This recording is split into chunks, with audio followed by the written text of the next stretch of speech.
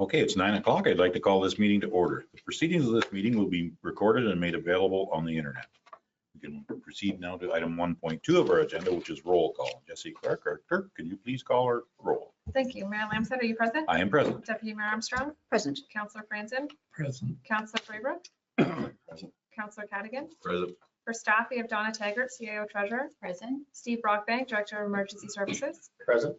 Dylan Kosh, Director of Recreation and Facilities. Present. Evan Grieger, Director of Public Works. Present. Barbara Waldron, Director of Building and Planning, CBO. Present. Bianca Dragicevic, Deputy Clerk. Present. Matt Winches, Supervisor of Waste Public Works Coordinator. Present. Rachel Stark, Economic Development Communications Officer. Present. And Jesse Clark, Director of Corporate Services, Clerk is present. Okay, thank you very much, Jesse. We can move on now to item 1.3 of our agenda, which is land acknowledgement and moment of reflection.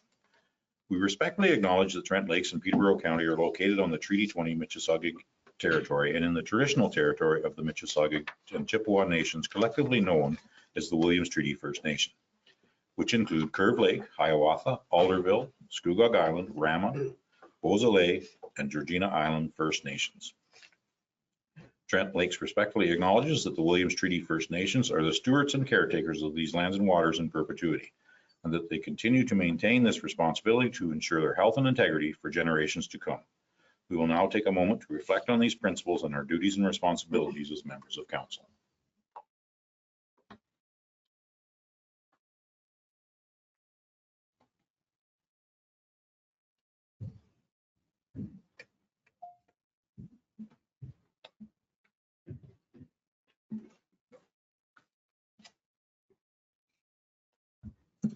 Thank you. We can move on to item 2 of our agenda, which is disclosure of pecuniary interest. If any member of council has a pecuniary interest in an item on the agenda, please disclose it now or anytime during the meeting prior to discussing anything on the item you have an interest in. I'm seeing no hands. We can move on to item 3 of the agenda, which is the approval of the agenda as circulated. I would entertain a motion for same. See Deputy Mayor Armstrong for a mover, Councillor Cadigan for a seconder. Any conversation? I'm seeing none. I will call for the vote. All in favor? That motion has carried. We can move on to item 4 of the agenda, which is our draft 2025 budget. We can move on to item 4.1, which is presentations, and Tina Steed, our CAO of Trent Lake Public Library. Would you like to speak to this item, please? I would, yes. Thank you. For those who don't know me yet, my name is Tina Steed. I'm the new CEO of Trent Lakes Public Library. It's nice to meet all of you. And we're here to do our presentation for our proposed budget for 2025. Did you get my PowerPoint, Jesse? No, I didn't. Check your email. There should be one in there that I sent Friday. If not, I can wing it, but No, it'll be a small visual. It'll be up in moments. Momentarily.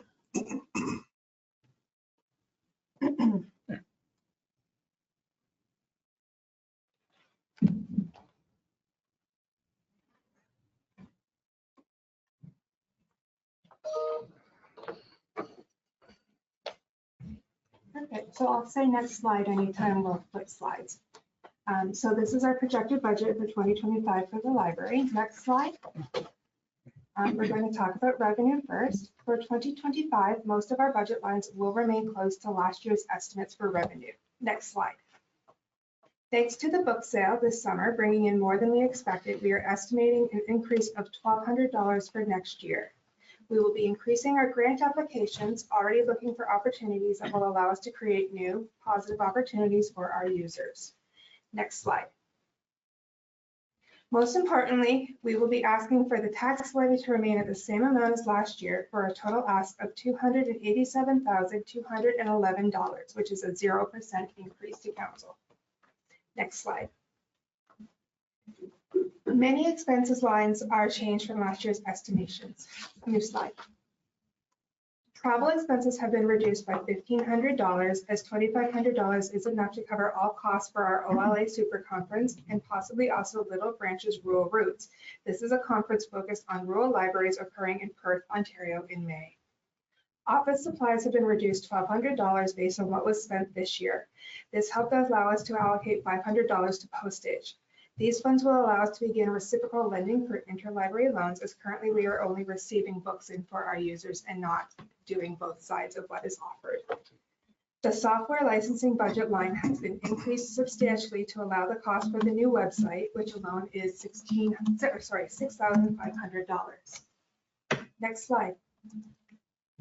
Although library program spending was very light for 2024, this was for reasons including staffing shortages and extreme ingenuity of our staff.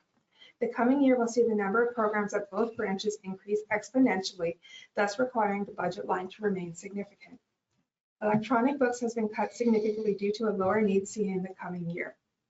Next slide. Our cut for propane came after finding the average cost between 2019 and 2023 being $3,222.60. We rounded this amount to the nearest hundred and hoped that we would not need more than the average year. Insurance for 2024 went over estimates, so we have added funds to this budget line. Due to the Goodbye Room not having any expenses in 2024, this budget line was reduced to $500. Also, $1,000 has been budgeted for the phone and internet at Cavendish. We have separated its budget line for the coming year. The amounts for wages and benefits, the amount for wages and benefits were estimated at the same levels as last year's budget, as these numbers were higher than those estimated by finance at the municipality, therefore giving us room if we need to hire or have unforeseen events occur. Staff development was cut as it was not being used at the former level. Next slide. This calendar year was one of upheaval for the library, and we hope to move beyond it and come out stronger. The 2025 budget gives us room to expand what we do to meet current community needs and to help us anticipate what will come in the future. I hope that you will approve the spending budget total of $342,947, which includes keeping our request to council at last year's amount. Does anyone have any questions? Okay, thank you very much, Tina. Does anyone on council have any questions for Tina? No questions, zero, nada. Okay. Okay, go ahead, Councillor Cadigan. Through your Mayor Lamb said that the $6,000 for website. Yes, that's part of the municipality changing their website, and that's our portion of the cost for it, on top of our usual fees in that budget line. Gotcha. Okay. Thank you. Any other questions? Seeing none. Anyone prepared to make a motion? Deputy Mayor Armstrong, go ahead. Make a motion to approve the request for the tax levy staying at $287,211. Okay, thank you very much. Anyone prepared to second that motion? See, Councillor Franzen for a seconder. Any further conversation? Just a comment from your mayor. It's very exciting to see a 0% raise in a budget. We worked hard to get that for you. What a way to start our budget meeting. We want to go next. No further questions from council. I will call for the vote. All in favor? That motion is carried. Thank you very much, Tina. Thank you all. Have a great day. You as well. We will move on to item 4.2 of our budget, which is budget summary. 4.2.1 is Donna Taggart, our CEO treasurer. Would you like to speak to this item? Yes, thank you, and through you. So I want to start by thanking all of staff involved in this budget getting to this point this early in the year. We're really happy that we're here and appreciate all the hard work that happened to get us here. So just an overview. So the levy and the tax rate calculations are based on the same level of service as 2024 as required under the budget policy. If there are spending increases or if there is any new spending, it is because costs have gone up or there's been a change to existing services and that have been already approved by council. As a reminder, the amount shown only include the municipality's portion of the tax rate, which is 42 cents of every dollar collected, with the education being 16 cents and 42 cents to the county. So the 2025 draft budget summary shows an overall budget decrease between 2024 and 2025 of 5.3 million or 20.28%. This is largely due to a decrease in the capital budget after the completion of the new dedicated mechanic recreation and facilities building. The draft capital budget before you does include a budget for a new joint fire hall and public works depot in Buckhorn, There are 2 staff reports relating to this build in the capital budget that we can speak to later, and that will identify how this is going to be funded, with the tax levy impact for this build being about $410,000 in this draft budget.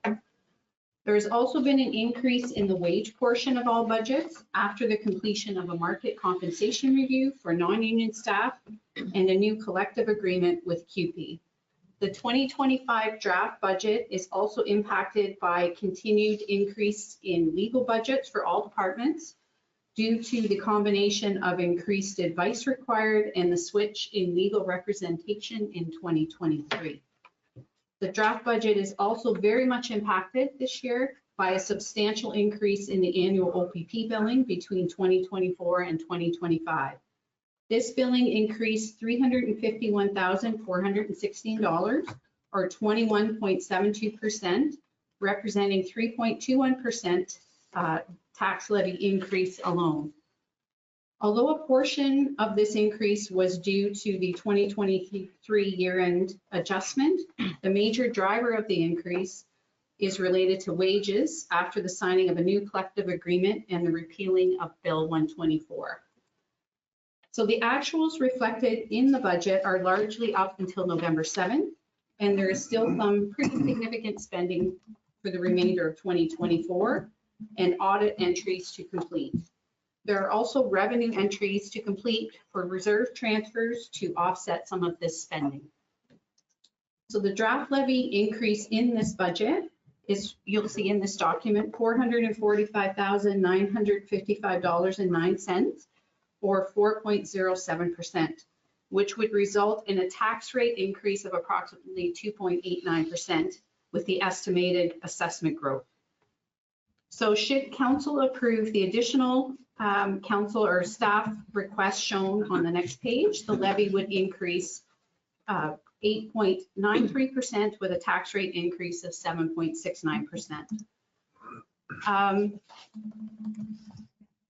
Yeah, so just to note that the impact of additional spending has been changed. That document was updated, and you all have a copy of that, and I know Bianca will put that up when we get to it as well. So a reminder as well that the province has frozen property tax assessments for the past 5 years, leaving all assessment values at January 1, 2016. You will see that the draft calculations do include the anticipated growth, which is the difference between the assessment roll at the beginning of the year, 2024, and the cutoff in November, which is estimated to be 1.15% for new builds and additions. The growth amount is down from 2023. It was 1.71% at that time. And this document shows a summary that the draft levy increase of 4.07% would see about a $34.65 increase for the average single family detached, and a $57.68 increase for the average single family detached dwelling on the water, and $51.58 for a seasonal dwelling. And just a reminder, every 1% tax levy increase, or $113,907, would equate to about $4.17 on every $100,000 worth of assessment. So are there any questions on that page? Thank you very much, Donna. Is there anyone on council have any questions of Donna? Go ahead, Councilor Brayberg. Thank you, through you, Mayor. Thanks, Donna, for that. Regarding the OPP comments, you mentioned 2024, 2025. Does that also include the 2023 retro as a result of the ratification of the contract? Right. So thank you, Through. Yes, 116,000 and change was due to the 2023 reconciliation in the 2025 billing. Thank you. Welcome. Go ahead, Deputy Mayor Armstrong. Thank you, Mayor Lamson. For context, 2 things. One, the county right now is looking at, sorry, my voice is really off today, so bear with me, is looking at about a 5.6% increase in the taxes, which will probably go through, but that's where they're at. The other thing is we are hearing noise, and Mayor Lamson may be able to speak to it more, that the province may be looking to offset some of the OPP increase for municipalities. So that's a revenue opportunity that might be out there, in which case we may want to prioritize some of the asks so that if we get some money, we know which ones we wanted to fund. Absolutely. Thank you, Deputy Mayor Armstrong. And that is true. We've had some conversations with our MPP, and there's a hope. At this point, it is just a hope that the province will be offsetting some of the more rural large increases. Like there's people getting 20, 22, 24% increases in their OPP billing, which is just not sustainable for a small municipality, much like Trent Lake. So let's hope that moves forward. We unfortunately canceled our mayor's meeting this week because MPP Smith had to stay at Queen's Park. So we will be keeping you updated. Thank you. Okay, any other questions? I'm seeing none. I think, Donna, you could move on, please. Thank you. So this page shows the impact of the additional staff requests for you. Should the additional requests be approved today, the average single family would see an overall tax increase of $92.42 for the single family detached. Single family detached on the water, $153.82, and the average seasonal would see an increase of $137.56. So as a reminder, once again, amounts only include the Trent Lakes portion and not the county and the education. And I am aware that the province has frozen the education rate again this year, so we know that that's not going to go up, but it is a portion, obviously, of what is collected. And we will have discussions on all of these items. There are budget papers on all of them when we get to those department budgets. Anybody have any questions or comments at this point? Discussing each one of those requests at a little later date. Okay, I think we can move on, Donna, to your next item. Thank you. Through you. So the next is the budget feedback received. So as council is aware, there was a portal open between the middle of September and November with requests for budget feedback. We received 55 responses.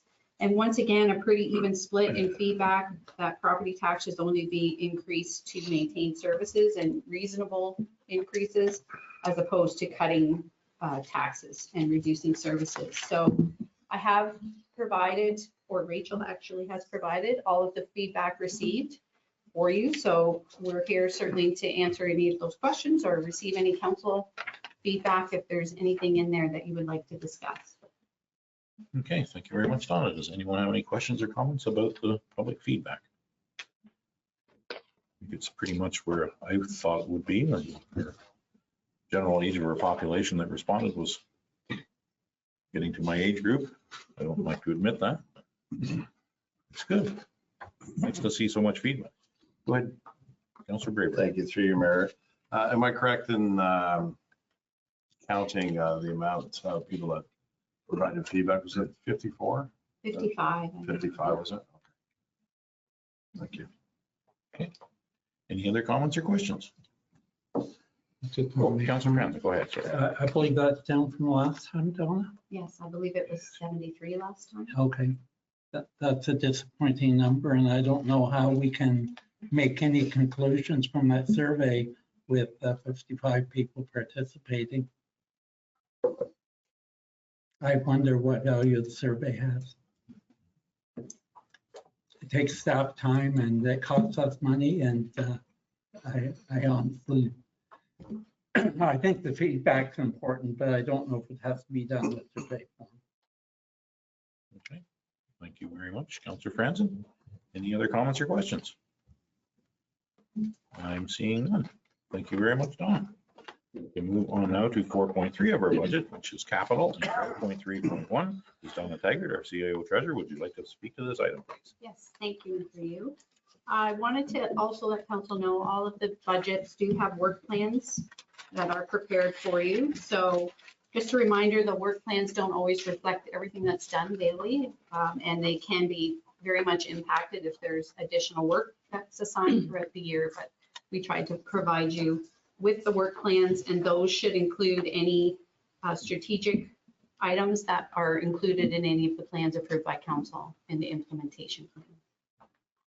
So the capital budget shows a draft capital budget increase of 436,000, tax levy decrease, I'm sorry, of 436,507.70, which is the difference between the tax levy from 2024 and 2025, and a budget decrease of 6.2 million, largely once again due to the completion of the build at the 49 site. So I can let you know the OMPF funding for 2024 did go up 145,600, which was good news, to 1.555 million. That is included in the capital budget. We always put it in there to fund work under the capital.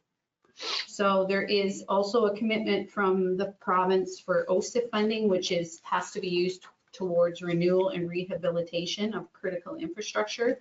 And that amount did go down in 2025, for 2025, about $18,000, but those revenues have been included in this budget as well to go towards road costs. So if there's no questions on this document, we can proceed to individual departmental budgets if council are okay with that. Okay. Anyone have any comments or questions on this item? I'm seeing none. Okay, we can proceed on to the individual. So we can go to 4.3.2, and it's Evan Grieger, our Director of Public Works. I think you're, or are you going to present more on that item 4.3.1? So I think, Evan, yes. What do you want to do? Yeah, I think if council are okay with it, we'll start with the two reports on the new build in Buckhorn, because that's a substantial part of the capital budget. Sure. And we do have someone online, we have Kevin helping us with that as well. So if we're okay with that, page 31, Evan is going to start with his report on the update for the costs for that build. Absolutely. Thank you, Donna. Through you, Mayor Lamstead, to members of council. Before you today is a report regarding the Buckhorn Fire Hall and Public Works Depot cost estimate update. So it's just giving you a little more detailed cost estimate on the design that we've been working our way through. As mentioned in the report, we're above 90% completed design, so that allows you to really narrow down your cost estimate. I will give it to Kevin to provide a little context on the estimate. However, I'm just going to go over the building quickly first itself. So if you go to the next page, 2 pages over there, you can sort of see the design of the building.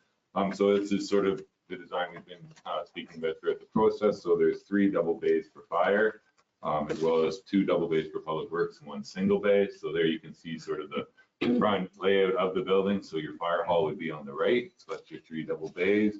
Your public works, so there's your 2 double bays in behind that one where there would theoretically be a bay is stored, and then you have from the rear, the back is the top one, and you can see the 3 double bays. There are 3 double bays on the fire on the left, and then there would be 2 double bays for public works on the right, and then the one that's tightest to the door would be a single bay for public works. This does include a training room as well as offices, washrooms, with the fire hall. I don't know if Steve wants to speak to, there are some more requirements for separation of the different equipment, the bunker gear, your decontamination and stuff like that. So it's pretty detailed that way. If you just scroll down to the next page, you can sort of see the site plan, which gives you a layout. So the new building, it will sit sort of right on the center of that Buckhorn Yard site. It is a nice site to work with. It's fairly flat. You have a lot of space, especially to the south there. So it allows you to sort of grow if you needed to. We do have room for expansion if needed. It's not something that's immediately planned, but you know, you never know what happens down the road. You don't want to pigeonhole yourself where you don't have room for expansion. The one nice feature will be to have the whole parking lot paved. Right now, half of it's gravel, half of it's asphalt. So that'll clean up things for such as loading the sand dome, as well as just for ease of plowing, drainage and stuff like that. So that's sort of the high level of the building. I'll throw it to Kevin now. He can give you a little more detail on the cost estimate and just how they got to that point. Okay, go ahead, Kevin. Welcome. Oh, I think you must be muted. Perfect. Thank you. Can everyone hear me okay? Yeah. Yes, we can. All right, perfect. Thank you for having me here today. I originally came to council in April with an original report regarding the cost estimate. At that time, I believe we were in the 30%. The cost estimate at that point was 12 million. Since then, we've progressed with the design, and we are now approaching 90, so I can come back to council with a more accurate cost estimate. For this cost estimate, we have based it on 2 matrices. One is the cost per square meter of the fire hall that's currently being completed for the township, and the other is basically a carbon copy of the project proposed that is being completed right now in Smith Falls. We feel that this would give a more accurate representation of what the cost would be, basing it on the square foot. We came with a cost estimate of 9.4. Obviously, Evan's taken some contingencies and raised that to 10. Being at this point of the design, we feel that this would be a more accurate cost estimate than we originally presented in April, being at 30%. Is there any questions from the council regarding, I guess, the cost at that dollar figure? Okay, just a moment second. Does anyone have any comments or questions at this point? Councillor Braber, go ahead. Thank you, through you, Mayor. Thanks, Kevin. Just in Evan's report, there's mention that the updated cost estimate was 9.4 and change, give or take 10%. For comparison, it mentions Class D. So the cost estimate that we're dealing with is a Class B. What's the difference between the Class B and a Class D? Sorry, the original cost estimate was a Class D. The new one is a Class B. It just basically it's narrowing your risk. The original one was a Class D in April. Now, and it might be an error, my fault in writing the letter. A Class D is plus minus 20 to 30%. A Class B is plus minus 10. Okay, thank you. Okay, Councillor Cadigan, you got a question? Go ahead. Through Mayor Lamson, does this price include generator? I'm just wondering how extensive the pricing is. Yes, it would include everything.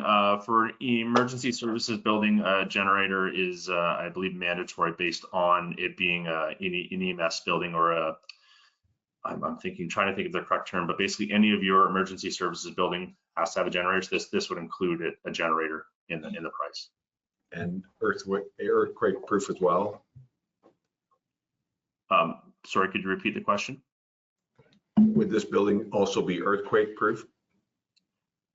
Depending on the zone, I would have to look at it, but yes, generally the design for the building code has a higher standard for emergency designated buildings, and this would be earthquake proof to a designated earthquake type based on your area.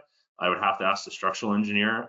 In Kingston, actually, we would have a higher engineer earthquake rating than you would in your place in Trent Lakes. But yes, it would be built to a higher building code based on it being an emergency services building. So earthquakes would be considered.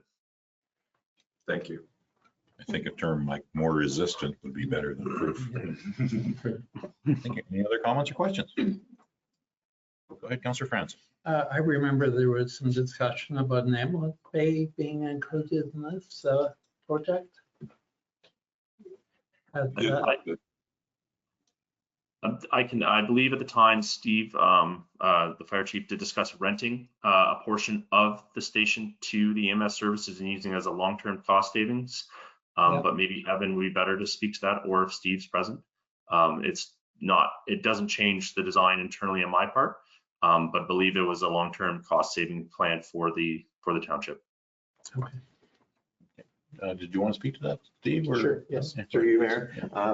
Councillor Franzen, we have been in conversations with EMS in the county. They're definitely, they're in for the space. Our idea was to lease the space, therefore we'll always own the building versus shared ownership type thing. And yeah, there'll be cost recovery on square footage and operational costs and all those things. So that's why we've added the extra bay, so to speak, is to house them for their units as well. So we have been in conversation with them right up to a couple weeks ago, actually. So. And I think that leasing formula really supports their funding model as well, so they can support you better. Okay. Any other comments or questions? Okay. Oh, did you have one, Councillor Gatting? No. Okay. Okay, we can move on now to, unless you have further information to share with us, Evan, or? I believe that if you guys don't have any further questions for me, I think Kevin did a great job just explaining the cost estimate. Just one of the things just to re-highlight is, as Kevin mentioned, when we came in May, that was the Class D, we're at 12.55 plus or minus 30%. And now we're at 9.5 plus or minus 10. So in May, I know one of the questions was, could we see a reduction in the cost? You had no idea, but it's been really encouraging to see they're utilizing a project. As Kevin mentioned, the one that's near Smith Falls, that was just tendered in the summer. So that's pretty recent to get a good idea of where the market's kind of at. Smith Falls is kind of a similar area as us. It's rural, but not super rural. It's kind of close to the city. So it was just really encouraging. So I think that's just something important to highlight. And then I believe Donna was going to speak to the financing piece. Okay, yes, we can skip just for 1 minute to 4.3.4. We're on the same target here, so we might as well have Donna Taggart, our CEO treasurer, speak to the financing of our new public firewall and public works people. You go ahead, Donna. Thank you, through you. So before you is a report which includes an update where we're at with the facility replacement schedule. And you will see in the report that we're about 2 years behind with the delay in the start at 49. So costs related to the new build in Buckhorn are expected to be apportioned 60% for fire and 40% for public works. So based on the report just presented on the anticipated cost of this build, which is estimated to be approximately 10 million with the 10% contingency, there has been an amount of 5 million included in the draft budget for 2025. It would be anticipated that there would be a requirement to borrow about 5 million again, which is what is anticipated to be borrowed for the 49 build. And just to note that the Public Works operating budget does contain an estimated borrowing amount of 5 million, which carries for about $300,000 a year if you borrow over 30 years. So to date, there has been 3 million borrowed for the 49 build. We have 120 days from the date of completion to fund the rest of that. And we're going to do that in the best possible way, which has been the plan from the beginning. So the 2025 portion of the build in Buckhorn, the draft levy amount contains 410,000 for this build. It's also anticipated that we'd be able to use development charges for the fire department for it. And we can use gas tax funding or now Canada Community Build Funds. They opened that up a couple of years ago that we can use that for that build as well. And we have been putting money aside in the reserves for that build too. So it would be staff's recommendation that council apply for a construction loan for the build in Buckhorn, and then a bylaw authorizing borrowing and the completion of a loan application be brought to the December 17th meeting.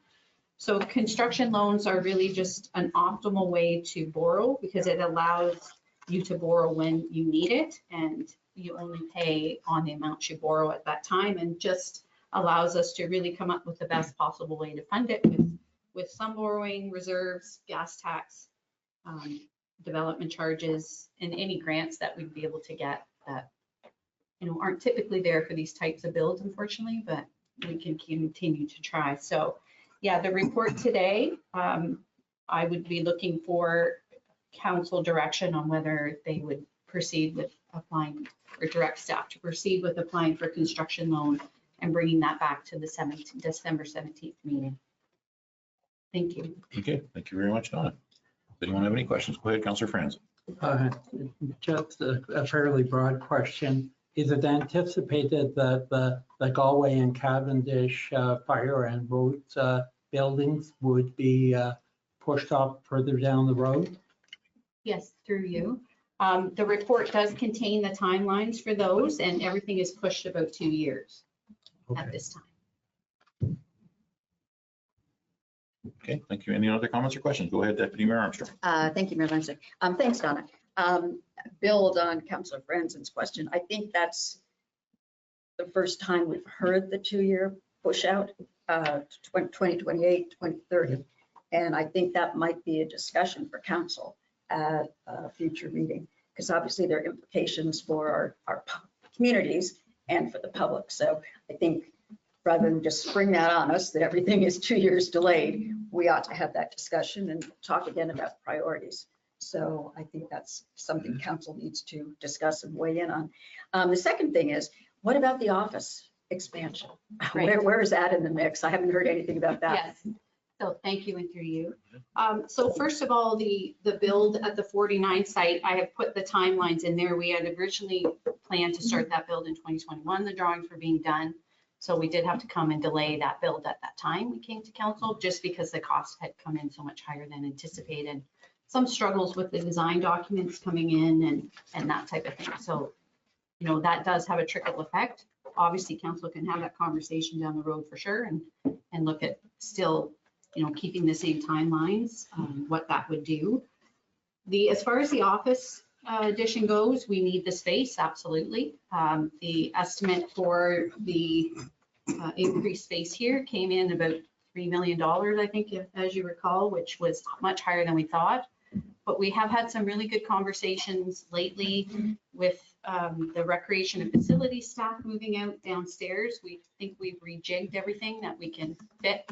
We'll have to double up a little bit here and there, but we think that we've got some opportunities there to use some of the space down here. So there is some money in the capital budget under the administration portion for some new furniture to make that happen, but we think we can fit everybody. We'll be a bit cozy, but we can certainly get some out of the lobby. And yeah. Okay. Good news, thank you. Yeah, thank you. Any other comments or questions? Councillor Braybrook, go ahead. Thank you, through you, Mayor. Thanks, Donna, for that. Just a question on the loan or the potential loan. The amortization was 30 years. What would the term be? So thank you and through you. That hasn't been decided for sure. I just use a 30-year timeline. When you go anything shorter, 20, 25, it tends to make the annual costs a lot more. And part of the long-term financial plan and policy is that it's spread over, you know, an extended period of time to allow taxpayers down the road to also pay for the facility. So yeah, that once again has not been locked in. That's still open. It's going to be done in the best possible way, but I just use the 30 to start. Because that's, you know, when you get any shorter than that, it makes the annual payments quite a bit more. And just to follow up, so what do you, in your experience over the past years and whatnot, obviously you try to pay it off as soon as possible. Right. So not to be incurring the interest payments Yes. per year. What's your experience on how quickly you anticipate or you hope to pay these loans off? Thank you and through you. So just to full disclosure, the municipality has not undertaken any debt to this point. So there hasn't been a lot of experience in borrowing here. The problem through Infrastructure Ontario is you're locked in for 30 years and you can't pay it early. They don't allow that, which is why I've had some really good conversations with RBC, CIBC, because you are able through some of their lending to do that. But it is over, you know, there's 15-year sort of time frame that they amortize over, which can be something that we have to really consider because if the rates are a lot higher there, that build at that time when it comes up for renewal, it could cost a lot more. But we are really fans, and we did that with the Station 4 build. We lent the money internally, so to speak, and we were able to pay chunks off annually when they would sell fire equipment. And it really takes that ability away to pay it quicker when it's through Infrastructure Ontario, which is why I really like to investigate other lenders too, because yeah, when you're locked in for that length of time, you're locked in. Okay, any other questions? Go ahead, Councillor Braber. Sorry, yeah, last one, Donna. So the infrastructure, you're locked in for 30 years. Obviously, are you looking at that being the sort of the last resort? And you're trying to, you know, mitigate that with seeking other, I guess, other costing with other banks? Yes, through you. I don't know if the word is last resort necessarily. It's reality that the rates through Infrastructure Ontario are lower. So the money is more appealing because the rates are lower, but you do have to look at the long-term impact of borrowing, which has to be a consideration, and the fact that you're locked in. So we'd like something, which is why we investigated the county perhaps being a lender, because that was brought up at a treasurers meeting I was at. It ended up county council didn't support that, but it would have been a scenario where we could have paid amounts sooner. And RBC, I have had that conversation with them, that there is a certain amount a year that you can pay. I think it's 20% or something that you can pay off quicker, which is appealing for sure, but their rates are higher. So it has to be, a long-term look, but also short-term too. What is affordable annually when you have, your tax levy increase, you're, over 3% just for the OPP. You have to really be considerate of the fact that you don't want to commit to something that's, not affordable, whereas they make it appealing to make it over a longer period of time to make it more affordable annually, but that comes at a cost. So yes, I do, I've had conversations, I've involved the auditors, like definitely making sure that we do the right thing there. But it is a bit of it's a difficult situation. That Infrastructure Ontario, fortunately, which is through the province, won't let amounts be paid sooner, and it's locked in right from the beginning. That's maybe something I can try to investigate from the other side. So I'll try that. That is my first note on my notes. I'm going to talk to MPP Smith about that. So, good. Any other comments or questions? I'm seeing none. Is anyone prepared to make a motion? Deputy Mayor Armstrong, go ahead. Yeah, I will make the motion to receive the report and direct staff to apply for a construction loan in the amount of $10 million for the build. Do I have a seconder for that motion? Councillor Cadigan for a seconder. Any further conversation? I'm seeing none. I will call for the vote. All in favor? That motion has carried. Okay, thank you very much, Tom. We can move on now to item 4.3 of our agenda, which is Dylan Kosh, our Director of Recreation and Facilities. Dylan, would you like to speak to this item, please? Sure. Thank you, Mayor and Council. This is my typical annual hall request report. This year we're didn't have a lot of requests from our hall boards. We've been, council's been pretty generous over the last few years, so just got a few to talk about. First on the list is the generator installation requested a couple years ago. This is the final year to raise the funds for that project with anticipated completion in 2025. We've received requests from Lakehurst Hall for some directional signage, which I believe would fit best with the overall signage project and signage strategy within it. So I kind of considering that as a part of that. Digital signage was requested by Lakehurst due to some of the budget pressures this year. I think we see how that fits into the municipality's communication goals down the road. Cavendish roof and water repair did come in as a request again, as we are still waiting for our contractor to get there. Hopeful this week or next they will be up in the Cavendish area to make some repairs up there, as well as do the deck replacements. Cavendish baseboard trim came in as a request. Due to the small nature of this, I believe we can fit this within our 2024 budget, so no impact for 25. Big request from Cavendish is the improvements to the ball diamond here. Staff did some initial estimating and applied for a grant. The total estimated cost for that project is $425,000. The grant we applied for would fund for up to 50% of that. What I'm asking for council on this one today is approval in principle of the project, subject to whether or not we receive the grant and if we want to fund the other half of it. Galway Hall again asked for signage, but that has been on hold due to waiting for the feedback on the logo brand and then completion of our signage strategy. So existing reserves show us $156,000 in reserve for the generator, estimated to be approximately $200,000. There'll be a tender go for that before the end of this year. Again, signage, both halls anticipated to be within the signage funds specified in our capital budget.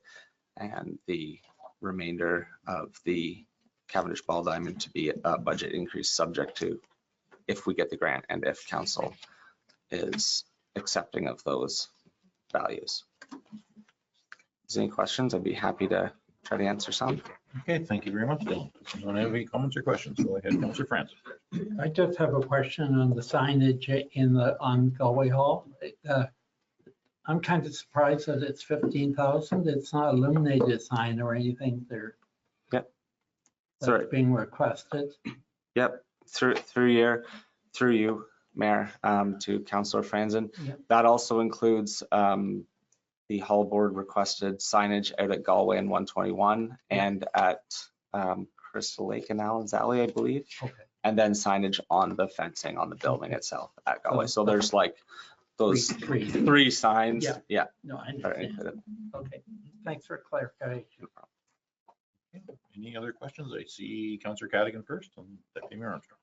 Through Mayor Lamb said, my question is regarding the amount for the ball diamond. Sure. I thought the sum was closer to 180 to 200,000, the request. Through you, Mayor, to Councillor Cadigan. I'm not sure where that number is from. The lighting, we've got pricing from a couple lighting contractors in the neighborhood of $150,000 to $200,000 Just for light. just for lights. If we're going, making this a ball diamond light. From what we've researched through bids and tenders for new construction, which essentially we are, because the ask has been to double the height of the fence, so it's an entire new fence. Lighting, there is no real lighting there, as you guys are well aware, as well as the installation of an infield. We're just looking at kind of gravel, limestone gravel infield, not clay or anything, and then re-leveling of the outfield. So it's essentially a new ball diamond we're building on top of one that's there. And those numbers were coming in all over the province, anywhere from $250,000 to $500,000. Okay, I might be confusing the grant request with the actual cost. Thank you. Through you, Mayor. Yes, the grant request, they take the total and then they give you, and they'll fund up to 50% of the project. So that's kind of why I wanted it in principle, because it is a big number. Yeah. And I think Deputy Mayor Armstrong, you had a question? Go ahead. I do. First about signage. Confused because I think we had allocated about $50,000 for signage in 2024, which to my knowledge has not been spent. So can that not be sufficient to cover the 10,000 for Galway Hall? Through you, Mayor, to Deputy Mayor Armstrong. Yes, the only increase was that we are requesting is for the additional signage asked for Galway this year, which was their event signage. So those are the signs that you build up on your own, the sliding letters and stuff across it, because that was over and above what staff had anticipated what the signage that was approved under 2024 would include. So I guess I'm confused. What was the intended spend for the $50,000? Because if that wasn't spent this year and we still have it for next year, I don't know what was included in that $50,000 that wasn't done. And perhaps we need to look at that and understand if Galway is a higher priority and in terms of how we spend it for 2025. Does that make sense? Am I making sense? Sort of. Through you, Mayor. So last year, I believe it came as a request from council to install signage. Staff were really pushing from recreation facilities to stick with the signage strategy, as we had to wait for what was happening with our rebranding and stuff. As that rebranding still has not come to fruition yet, staff felt it would be inefficient and an inappropriate use of resources to proceed with the signage strategy and therefore signage at this time. So right now we're looking at, we don't have a fulsome answer on what signage would be included. We know that council directed at all parks and facilities to have signage. So getting a consultant to do a signage strategy for us and then present to council, say, this is what we're proposing, this is what it would cost. Council can then say, yes, we want this, that's too much, we want more, and so on and so forth, is in staff's, what staff's position is on how it would kind of come to science in the ground, so to speak. Okay, so thank you. I think from my perspective, we ought to look to see if we can incorporate that 10,000 into our science budget and not have an additional 10,000 for it. The second question is around Cavendish. I'm not sure what loans or grants are available and whether they cover like a 1-year period or a 2-year period for completion of the project. Do you know typically? The reason I'm asking is 200, that's a lot of money. It's 2% increase in our tax budget. We've already got 7.some%. So in my mind, unless we've got other funding or the grant would allow for it to be done over a couple of years, then that's an item we may have to defer. Don't like to, but that might be a hard choice we have to make. The other part of the question is we have $200,000 that we are assigning every year to support the implementation of the open space master plan. So could we instead consider that Cavendish is our 2025 open space master plan project and use the $200,000 for that, which could be an alternative. Go ahead. Again, sorry for my voice. I sound like I'm a little old lady. Oh, I am a little old lady. Through you, Mayor, to Deputy Mayor Armstrong. So a couple things on that. I will defer the loan question to Donna, but as for spreading it over multiple years, the grant we applied for, we did apply for a 24-month term, so that would be able to be split over a couple years. And then to answer the open spaces question, that the open spaces funds were approved based on an implementation plan based on the open spaces plan. But should council deem that this be the priority they want to go with, those projects can certainly be bumped and that can be the project. So I would defer that decision to council for sure. And if that just comment, it seems like we effectively bumped it because it wasn't in the open spaces master plan, but we have sort of put it in the mix. And so to my mind, you got to consider that as part of our open spaces master plan. Due to a funding opportunity, I think that's why it got bumped. Go ahead, Councillor Braber. Thank you, and through you, Mayor. Thanks very much, Dylan. I think the question would be directed towards Donna. And on the heels of our Deputy Mayor's comments as far as the open spaces master plan, the Lower Bowl development received the grant of approximately $185,000. Now, could that money not be, I guess, transferred to go against the 212,000? I'm not sure. So it's $185,000 savings. Is that, am I reading that correctly? Thank you. Go ahead. So there is a line item in the capital budget for that. So it's 185,000 and we've offset the entire cost of that with the grant from Trillium. So there isn't any impact on the levy because of that project. You wouldn't be able to switch the use of the funds from that project if that's what you're saying, because that's what it was approved for. So I'm not sure that would happen. Councillor Braber? Yeah, just to follow up on that. So with Deputy Mayor's comments as far as building the Cavendish into the open spaces master plan as either a trailhead and that sort of thing, could that 185,000 savings then be applied to, if council approves, the Cavendish would be included in the open spaces master plan? So thank you, and through. I'm not sure there's a savings. I mean, that was a project that was approved with a grant, so that was in there. The open space amount is also in the budget for spending, and I can see what you mean, that you could alter the implementation plan and what was planned with the 200,000. But when you're saying savings, there's not an additional savings that can be used in this budget to go toward, a different project or enhanced project.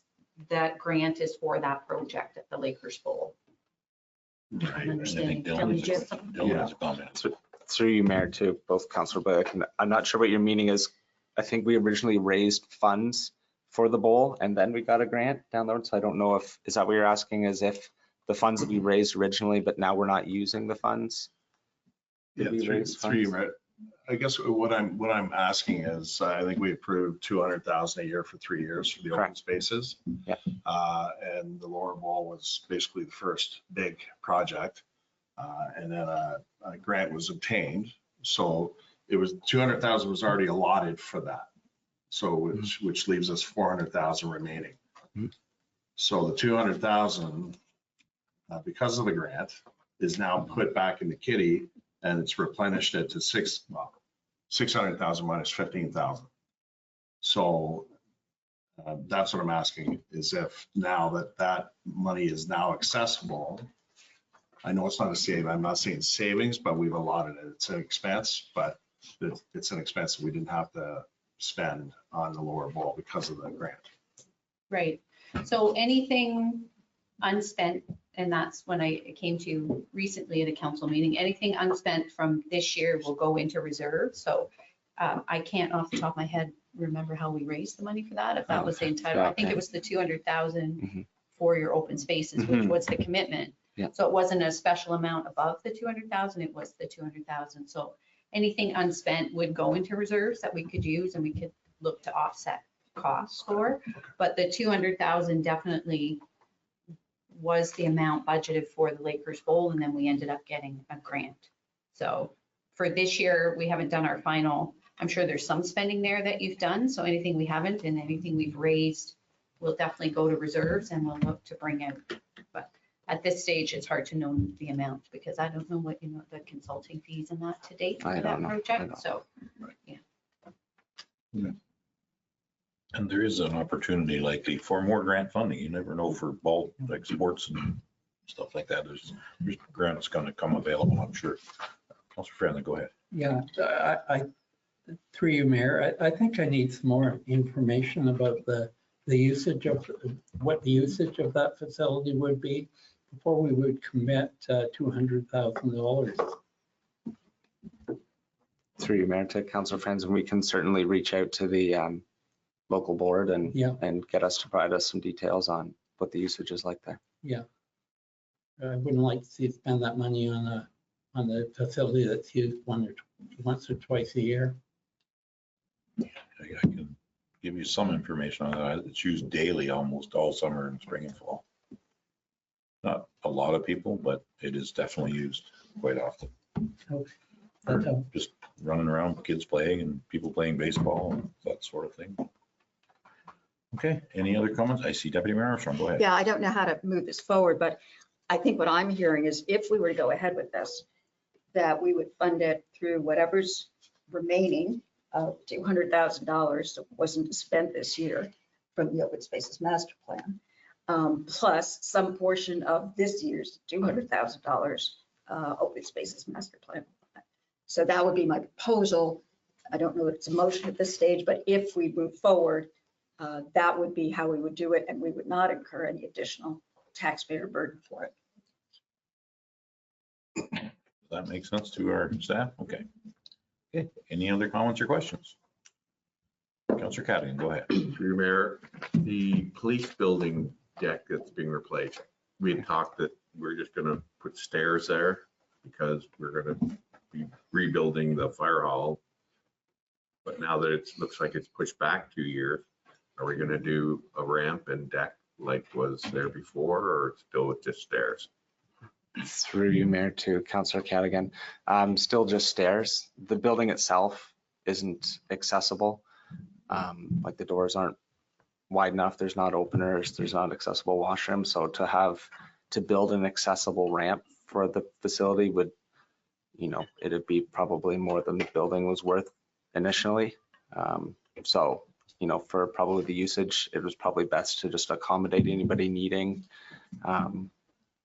accessible accommodations for the staff and volunteers to come out to parking lot level for them. Okay. Okay. Okay. Any other comments or questions about this item on our agenda? Seeing none, is anyone prepared to make a motion? Not a motion. I think Deputy Mayor Armstrong, you had a kind of revised motion as to the one that's here. Let me take a stab at it. I think we're supporting moving ahead with the requests that you brought forward for our halls. However, fund them through existing budget allotments and surplus. Is that a reasonable amount? Because that's a little vague, but Well, no increase to the taxpayers Okay. on the basis of those projects. If that's a clear way to say it.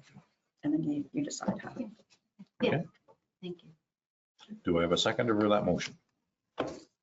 Councillor Franzen for a seconder. Any Can I further? have the motion stated again? Sorry. Okay, sure, absolutely. And did Dylan have a proposed? It's on screen. You can see that. Okay, yep. So council received the report.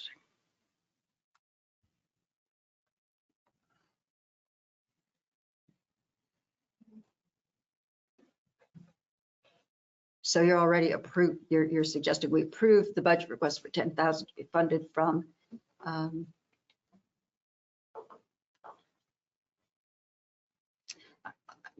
it doesn't make sense to me, whether it's additional or already included in our land improvement capital budget. So how about this? Council received the report for the hall budget requests. We approved the $10,000 signage for Galway Hall, but to be funded from the signage budget for 2025. And that we're deferring approval of the 215 until we determine the usage of it. And should it be approved, we will fund it through a combination of surplus and the 2025 open spaces master plan budget. Clear? Is that a reasonable And clarification for sorry, the 215 is actually for the, ball diamond? Cavendish Ball Diamond. No. generator. 212, sorry. I'm sorry. Where is Cavendish? Generator. Cavendish is the last one. 212, 212. 215 for the generator. And that is.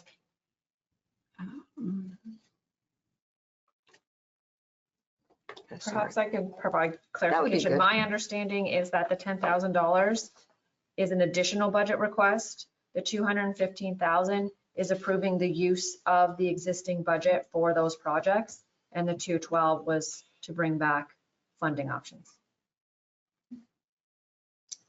Let's separate those, first of all.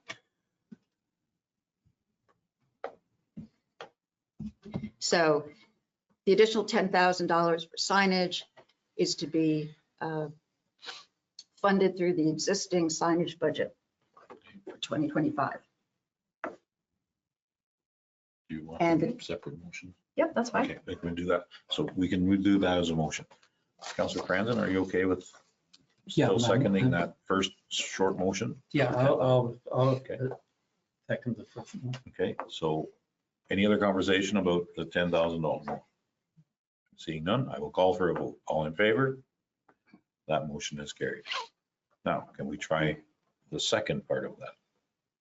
And my Let's- understanding is that's already included in the budget. So why are we approving it separate? Go ahead. Through you, Mayor, to Deputy Mayor Armstrong.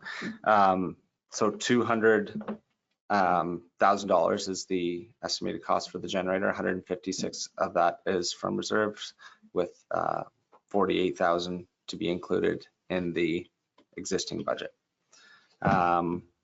The approval of the numbers. Sorry, bear with me for a second. I'm wondering if I've got some numbers. So for clarification, if I may, 48,000 is already in the budget that's been presented that represents the 4.07% increase. Right. Then we don't Thank you, need to Drew. approve that. It is, yeah. I think what Dylan through you is looking for your support is the projects he's identified to spend the money on more, right? So the generator, And we already have 156,000 in reserves for the generator, and we're just looking for another 50,000 or Yeah, something. so the generator is included there just for council awareness that this, you still have this going on. The additional request of the hall identification and install signage for at Galway and Lakehurst is a request that's come in. So council needs to decide if they are supportive of what the hall boards have asked to use. And that can be funded through the existing budget that's presented. Sorry, again, I'd ask for clarification. The second part of that, I don't think we need to make a motion on. Do we? Because it's already included in the budget that you presented. Go ahead. Through you, Mayor Lamb, perhaps we could just get rid of the budget amount. Dylan's looking for approval for the projects. There were many projects asked for from the hall boards, and he's looking for specific approval for these two, because council could use the 215,000 for any of those projects that were identified. So we're just looking for that for the generator to be completed. Understand, but I thought the grant was specifically for the generator. So. Well, there's no grant for the generator whatsoever. Oh, it's from surplus. Okay. All right, so motion to approve proceeding with the generator for Lakehurst Hall. Do I have a seconder for that motion? Okay, go ahead, Jesse. I have Through you, Councillor the Cassidy. request is also for identification and directional signage of Lakers Hall. That was for Galway. Oh, yeah, okay. Oh, and identification. Okay, fine. Okay. Yep, include that. Sorry. Councillor Cassidy, you're okay with that Yes. amendment? Okay. Any further confusion? I mean, questions? I will call for the vote. All in favor? That motion has carried. So now we still have to discuss the 212,500 for the ball diamond. So the motion would be they would defer it until we understand the usage of that. And should we decide to proceed, we would fund the money that we would fund the renovation at the Cavendish Hall through surplus and a portion of the $200,000 open spaces budget already in the budget. I completely agree. Do I have a second for that? Okay, I see I'll Councillor. second that just with a comment. Please go ahead. I think it would be helpful if the hall board would make a presentation to council on the importance of renewing the ball diamond. Councillor Cassidy, I think you are a liaison for that. Could you make that happen, please? Yes. Thank you. Okay, thank you, Councillor Franzen. Any other conversation? Councillor Braber, go ahead. Thank you, through you, Mayor. Just in relation to this motion, are we keeping in the if grant funding is approved? So it's contingent on that. I think that's important to have that in there. Thank you. Okay. All right, that's in. Any other questions or comments? Seeing none, I will call for the vote. All in favor? That motion has carried. I hope that's clear as mud to everyone. Okay, we can now move on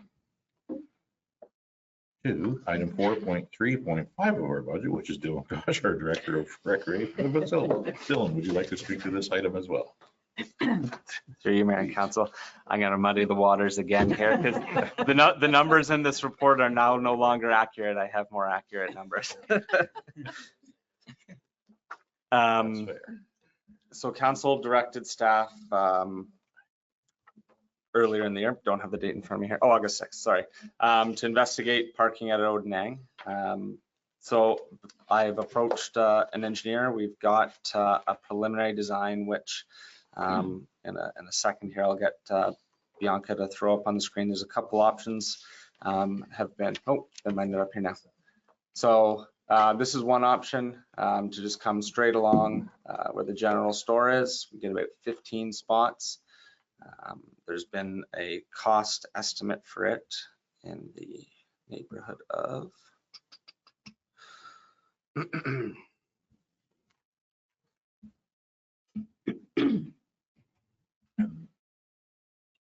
Sorry, Dylan, and is that at the top of the rock or? Okay. yes, so it's where the current asphalt and gravel is on top of the road. Yes, okay. Perfect. Thank you. I just don't see my ramp to my proposed gazebo. The estimated cost with contingency for this one minus taxes is approximately $75,000. And concept two, or sorry, concept one, Bianca, I don't know if you have the other one there, actually wraps around to John Street, providing an additional 7 spaces for an estimated cost of $117,000 approximately.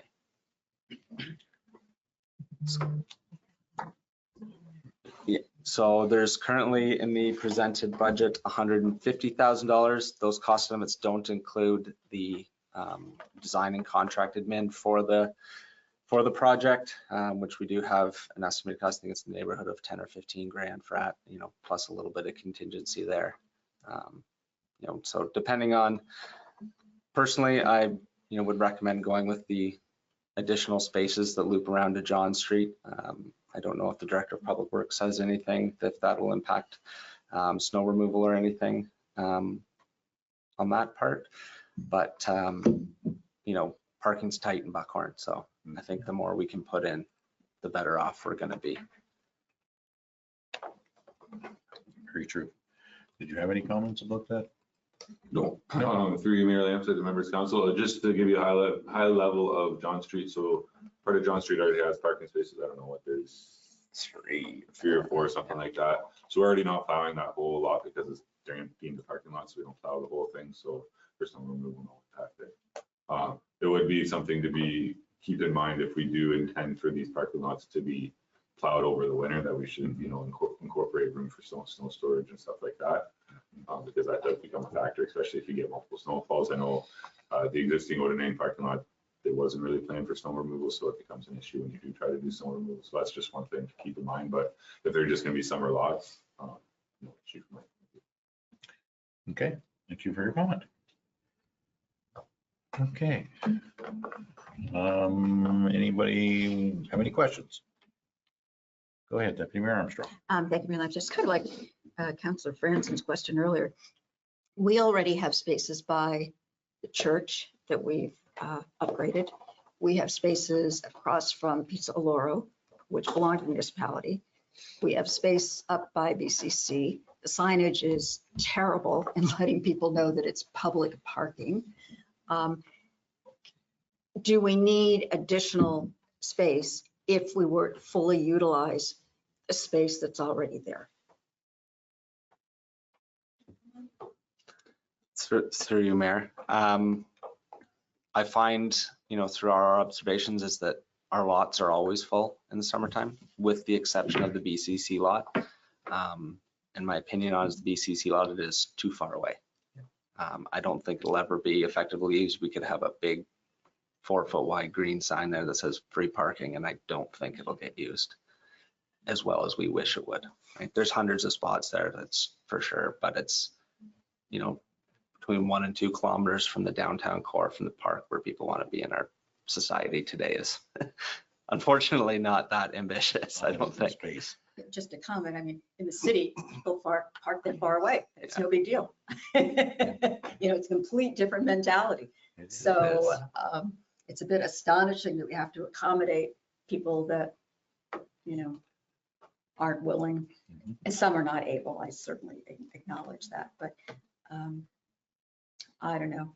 It's a lot of money to invest in it. And you really don't want the whole downtown to be a parking lot either. That takes away from sort of the aesthetics and, the nicety of the town for the people that come by water who want to walk around it. I don't know. I'm not sold, as you can tell. But one comment that I would have is we are removing some parking on the sides of the main street of Buckhorn because we don't want people parking there. It really isn't a parking spaces, but it's been used for that for many years. And now we're going to enforce people not parking there. So those 10 or 12 cars would certainly need a spot to park, and that would really facilitate that. So just go ahead, Councillor Franzen. I'm prepared to make a motion. I'll support the recommendation on John Street plus Odenane Park, additional parking. Do I have a seconder for that motion? Seeing no hands, I will second that motion for conversation. Any other conversation? I think it's very important. We've explored 3 or 4 other sites in the downtown. I mean, this is not going to take a lot of area away because it almost is a parking lot now because it's just a big flat area on the top. Go ahead, Councillor Katz or Councillor Graber. I know we look like. Thanks, Ed. Through you, Mayor. And I know it's probably in the process of if we approve it today, your next steps are to move ahead with as per planning and building department.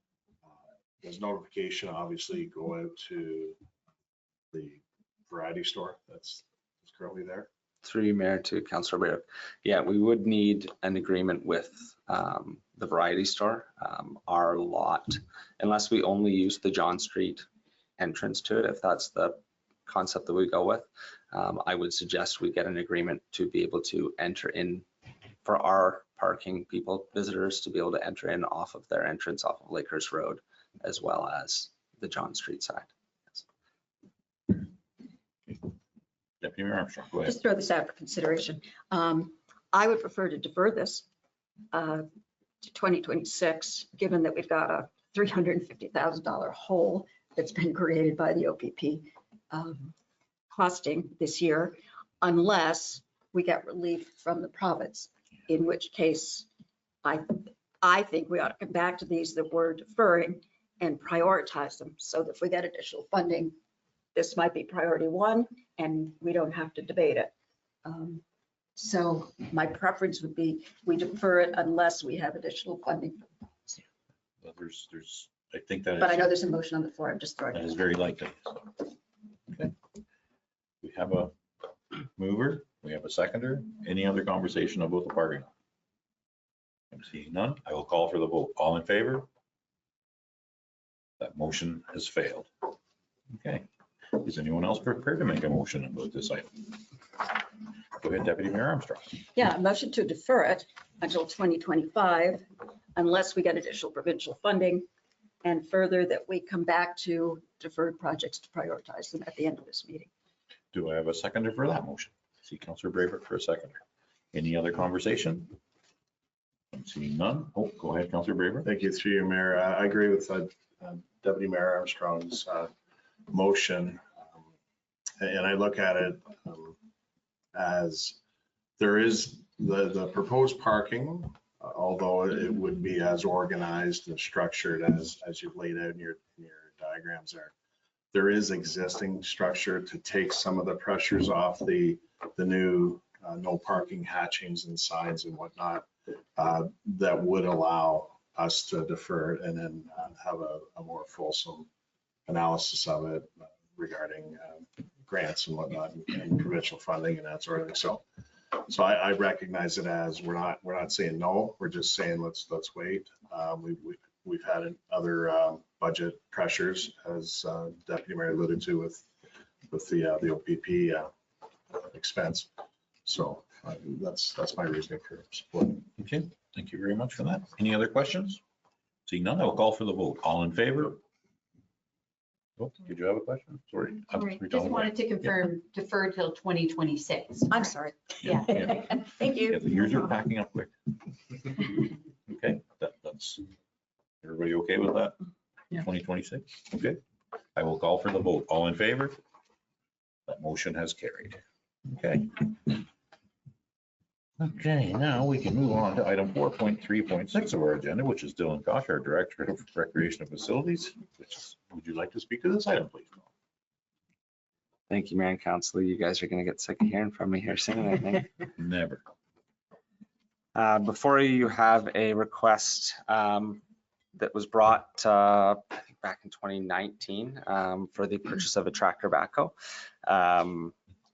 Council at the time did not feel that there was enough demonstrated need through our rentals at the time. So I went back through our rentals since back to date since 2019, and I've laid that out in the report there. What we've spent approximately 186 days with equipment rentals for an approximate cost of $45,000. A tractor has a lifespan of, I believe they're about 15 or 20 years here under our asset management plan. If we were to stretch that figure out over that, we're well in excess of what the purchase of the tractor and the trailer is. So it was just a request for council to consider once again the purchase of a compact tractor load backhoe and a float trailer for the unit. Annual maintenance for the tractor and float estimated approximately $6,000, to be reviewed annually if that's too much or too little. And the capital purchase of $80,000, and we've received pricing for both of those items. Okay, thank you very much, Dylan. Anyone have any comments or questions? Go ahead, Councilor Brayberg. Thank you. Through you, Mayor. Thanks again, Dylan. I'm not going to rain on your parade here. It's just just the numbers in your report, your request. You mentioned that over a 5-year period, there was 180 plus rental days. Now, was that total for the 5 years? Correct, yes. It was. Okay, and I read your rationale for wanting that and that sort of thing. I'm just wondering, so with the purchase of an $80,000 rig, so to speak, would you anticipate using it more than 180 days For sure. in 5 years? And the reason why I asked that, and add to it, were you reluctant in using it more than 180 days because it was a rental? You were just being mindful of that sort of thing. So what I'm hoping to hear is that spending $80,000, and I know there's going to be a depreciation over the years and whatnot, that your office would be able to make a lot more usage of that, and that sort of thing. So do you anticipate that? Through you, Mayor, to Councilor Bailick, absolutely. We are moving bulk materials and just doing it by hand a lot of the time, because if we can't line up at least a week's worth of work for a rental, it's just not worth sending someone to Peterborough to grab it. And then so we'll try to line up a week, 2 weeks, 3 weeks, a month sometimes if we can. If Sandy Beach watches out on a Tuesday, we're not going to grab a rental. We're just grabbing a load of gravel and doing it with wheelbarrows and by hand kind of thing. So having that on hand makes life a lot easier. With the purchase, we're looking to grab a box grader, be able to regrade our pathways, parking lots, more regularly, keep the parking more, things more aesthetically pleasing for the public.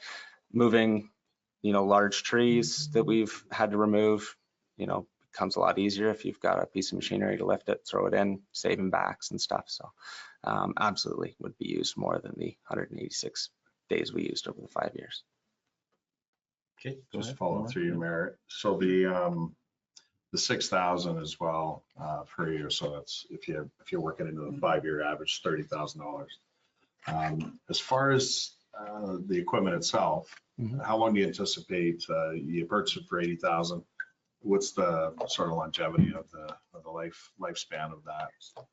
Through you, Mayor, to Councilor Burbick, I believe it's a 15-year item. Oh, it is. Yeah. Okay. Thank you. And that's through our asset management plan. Again, if we're in good condition at the end of 15 years and we want to defer a repurchase, then that's they're always worth a bit of money at the end of 15 For sure. years. So you can use that as a start for your new one. Any other comments or questions? I just my ideas on floats, or it takes the machine somewhere and it just sits there.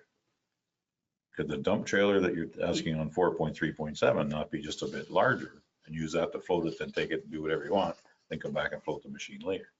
I've seen that happen many, many times in that industry, but I know you might be a little more driving, but it doesn't mean you'll have 2 floats in a trailer. That was just my thought. Through you, Mayor, to yourself, I guess. That was really awkward. Sorry. Yes, that's something I've been looking at. The problem is as I get bigger, I lose the capacity of what the trailer is rated for. Our drivers are all G licensed drivers, so I can only license that trailer for 5 tons. If I have a 4,000 pound trailer, now I can't even put 3 yards of material in it. Thank you. Sorry. Just a thought.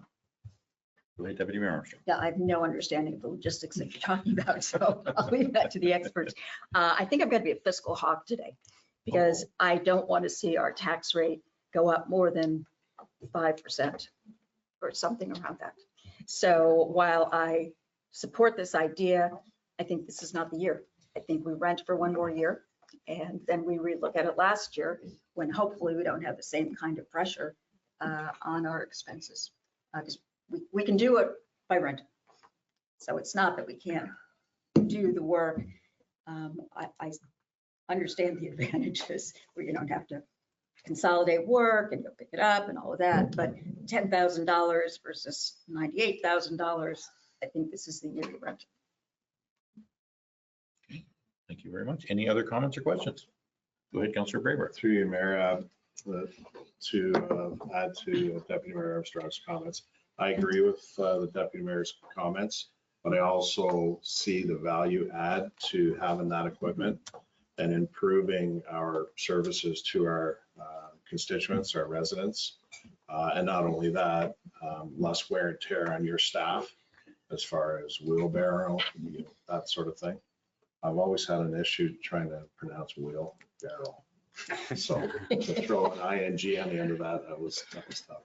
But I do support deferring it just because of the strains on our budget this year. So, but I do support it in principle.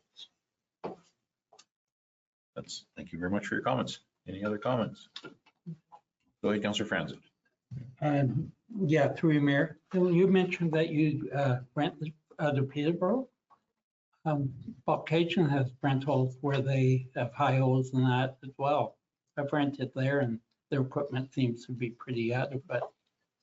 Through you, Mayor. The reason we went rent out of the location Peterborough Home Depot is they rent a float with the piece of machinery. Okay. To get a delivery, you're looking at anywhere from $150 to $300 each way. So if we can be at one site in the morning and one site in the afternoon, it ends up being a big savings. We did the local route for a long time. It just works out logistically a lot better for us. Okay. Okay. I concur. I know that feeling. Okay. Is anyone prepared to make any more questions? I don't see any staff questions, comments. Anyone from council? Is anyone prepared to make a motion for the tractor loader backhoe?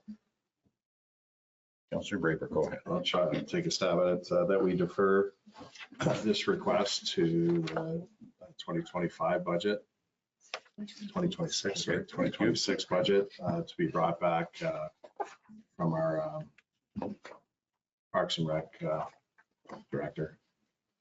Okay. Do I have a seconder for that motion? I'm seeing Councillor Cadigan for a seconder. Any further conversation? I'm seeing none. I will call for the vote. All in favor? That motion has carried. Okay. Now we can move on to item 4.3.7 of our agenda. Josh, our Director of Recreation and Facilities, would you like to speak to this item, please? Thank you, Mayor and Council. So last request for now, actually maybe for the day, is the purchase of a new dump trailer. 2018, we purchased the one we have, so it would be an early replacement. We learned a lot about the operation and kind of what would work well, what doesn't work well. Having a set of ramps to move equipment around like the mayor suggested, being galvanized instead of painted black and rusting away and having to be constantly repaired would be an advantage as well as the additional space by a slightly longer trailer would help with brush and leaf removal. Again, reducing on those trips that we have to make back and forth. The less time we have with somebody behind the wheel, the more time they are working on the site. So this request is just purchase a piece of equipment that we already have, but to improve a little bit for the sake of efficiency. We believe this would be a good move for the municipality. But if there's any questions, I'd be happy to try to answer them as well. Okay, thank you very much, Dylan. Does anyone on council have any comments or questions? Go ahead, Councillor Braber. Thank you, through you, Mayor. I tend to support this ask for this year. And the reason being is the deterioration of the current trailer. And that's a safety matter as well as, so I understand it bringing forward, it being brought forward sooner than later because of those reasons. And that's what I really factor my rationale in, is the safety and the rusting away and that sort of thing. You've recognized it. You've given it a few years since 2018 and it seems to be deteriorating and it'll only just cost us more if we defer it. So I'd like to see something improved, like a better product. So, And Councillor Cadigan, did you have a question? Go ahead. Yes, through you, Mayor Lamb said, is this dump trailer purchase tied in with the purchase of the tractor as well? Like, should we defer it as well along with the tractor, or is this a standalone item to use? Through you, Mayor, to Councillor Cannon, this is a standalone item. Even if, without approving the tractor, I would still be recommending to purchase this product. Thank you. Yeah, and this is a product to replace another trailer that exists. So, Correct. do you have a question, Deputy Mayor Armstrong? No, I was just going to, if Councillor Braywick has already made that as a motion, I would second it, because for me, it's a functionality issue. This extends our functionality and, increases our level of service to our residents. So I would second the motion. Was that a motion?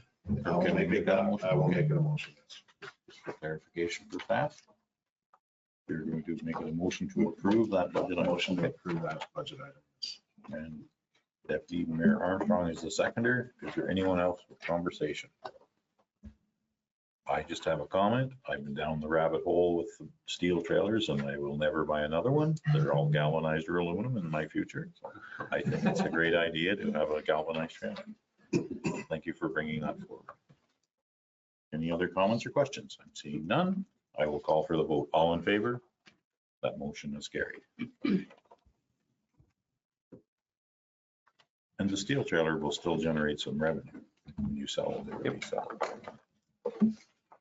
Okay, we can move on now to item 4.4 of our agenda, which is general government, and 4.4.1. Donna Taggart, our CAO treasurer, would you like to speak to this item?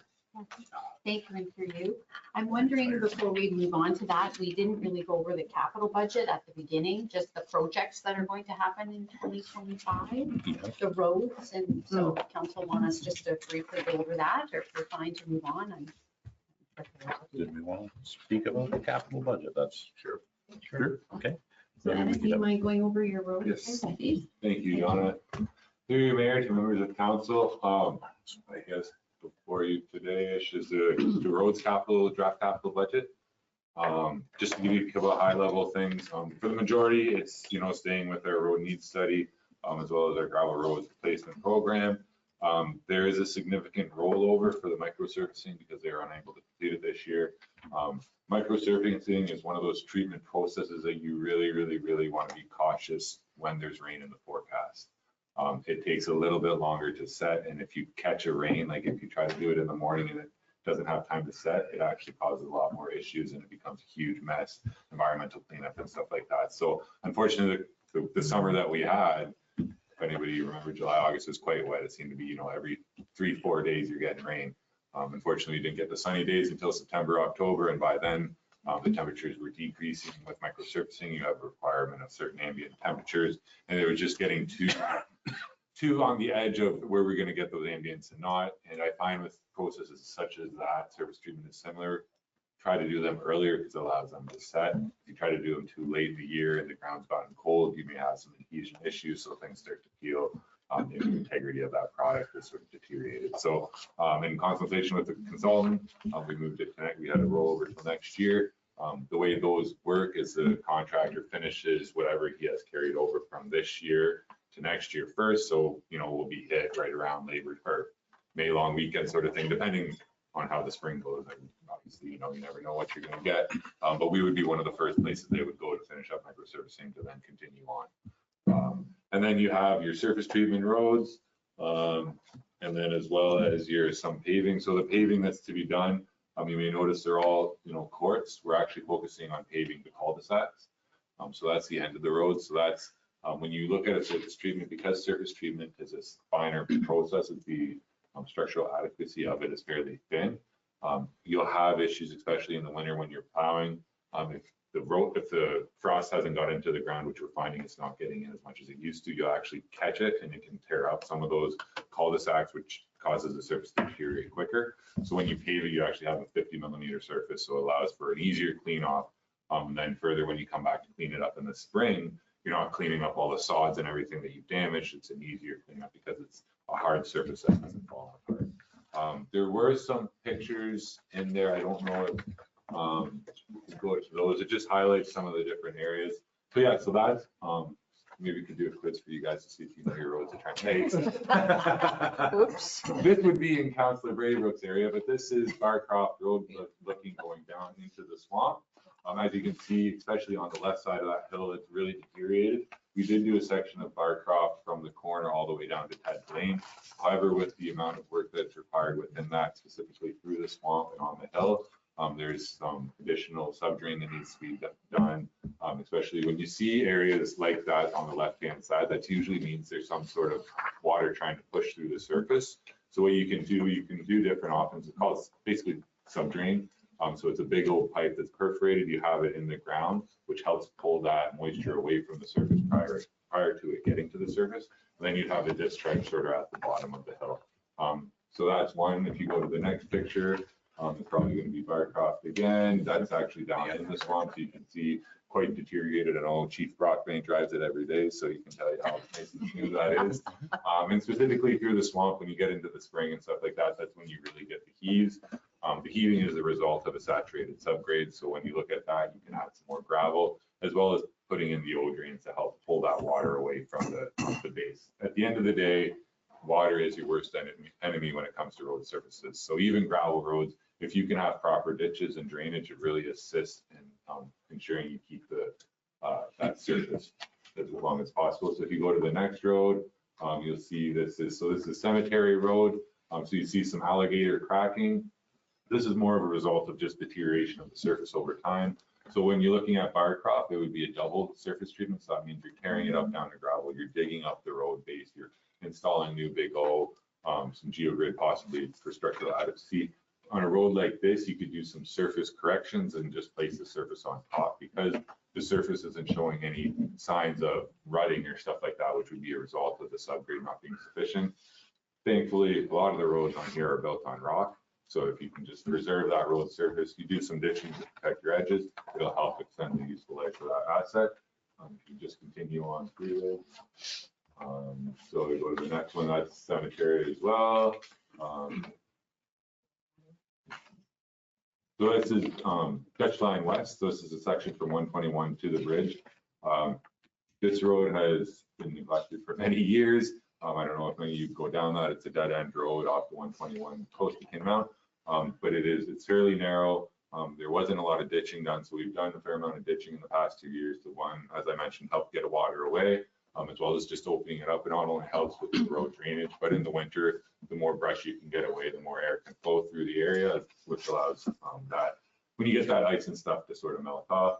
If you go through this picture and the picture as well, you can just see, there's multiple potholes. I mean, there's really not much surface left to patch, so it's basically a quilt at this point, so that'll be good. Now, this road will be a double surface treatment because, as you can see, there's no real surface to put on top of it. You need to sort of scarify this road. You can put a little more gravel on top and then double surface treatment on top. And then if you scroll to the next road, that'll be Galway Road.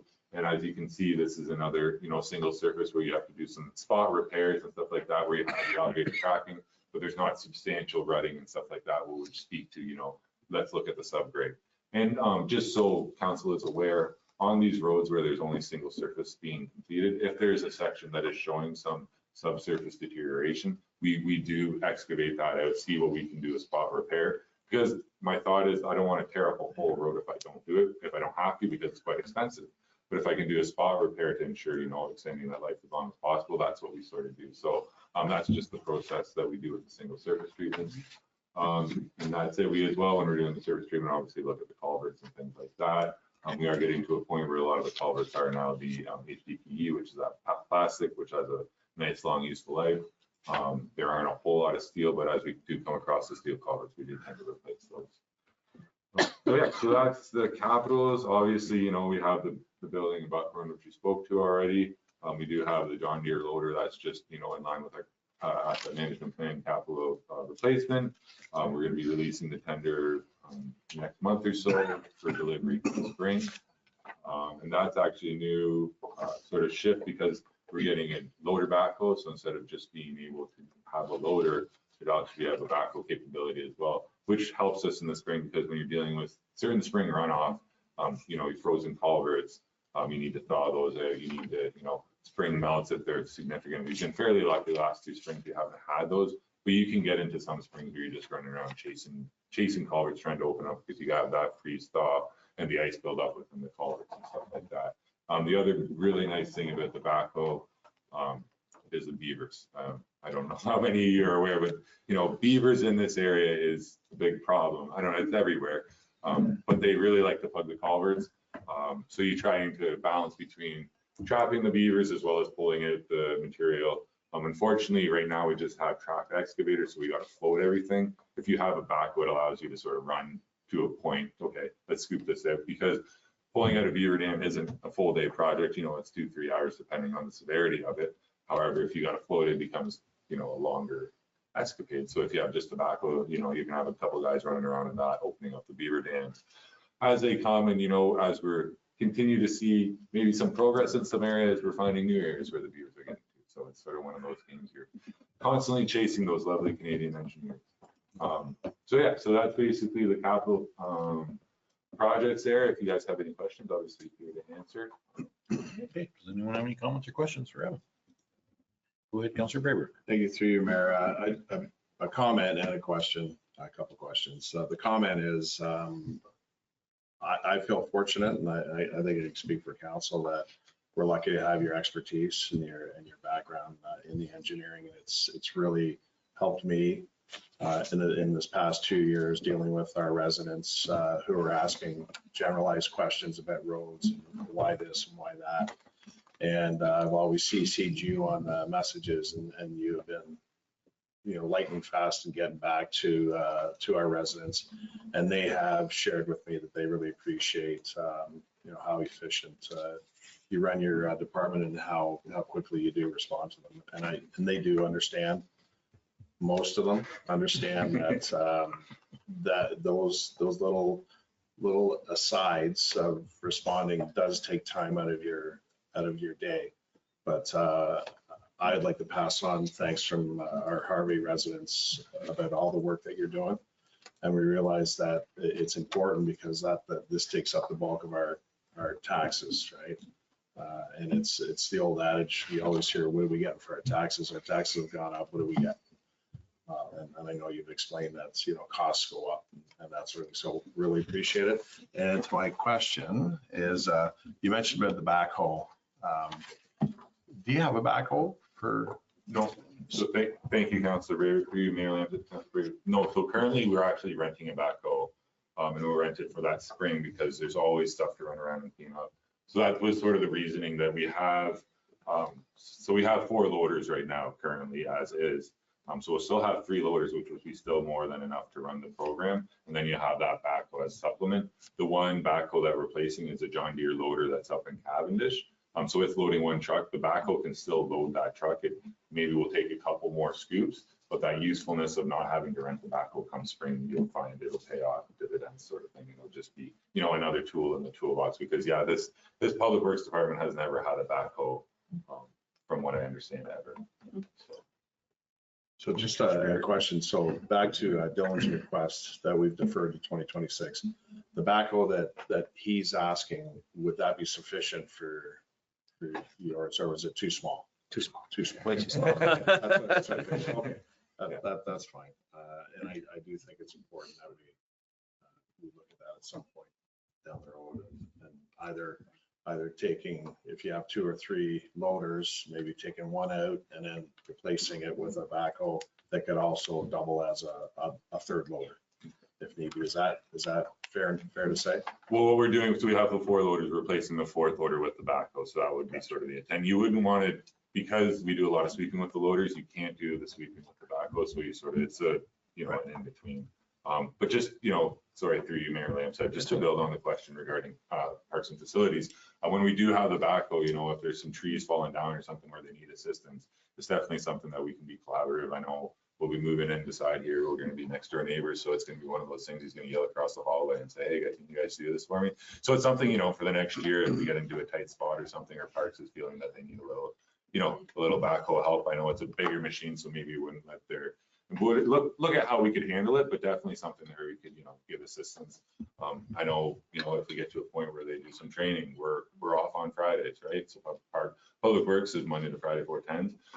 So Parks and Recreation, they're on Friday, so maybe it's an opportunity where they could schedule some stuff on Friday. I'm just, spitballing, but it's, there's definitely opportunities, and I think Dylan and I working side by side there over at the new depot, there's definitely gonna be some conversations had. For sure. Okay, great. One last quick one through you, Mayor. New space located in dedicated mechanic structure. What's that? That's in the 2025 draft capital budget chart. Recreation and facilities, new space. I'm just wondering what that new space is in their dedicated mechanic structure. It's last four not digits is 5270. Through you, that's the spending for 2024 in that column. So that's the space for Dylan's department to move into the new build. Okay. That we paid in 2024. Great. Okay. Thank you. Thanks. Okay, any other questions?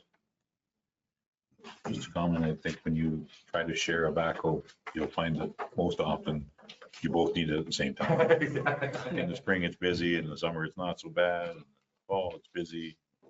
It's difficult to share that kind of implement. Hope you can try. Okay. Any more about the capital budget? So, thank you, through you. We would ask maybe to go to page 2, Bianca, if you don't mind, and we'll let Dylan speak to his plans for the Recreation and Facilities Department for 2024. Okay, through you, Mayor, to council, this is my capital budget.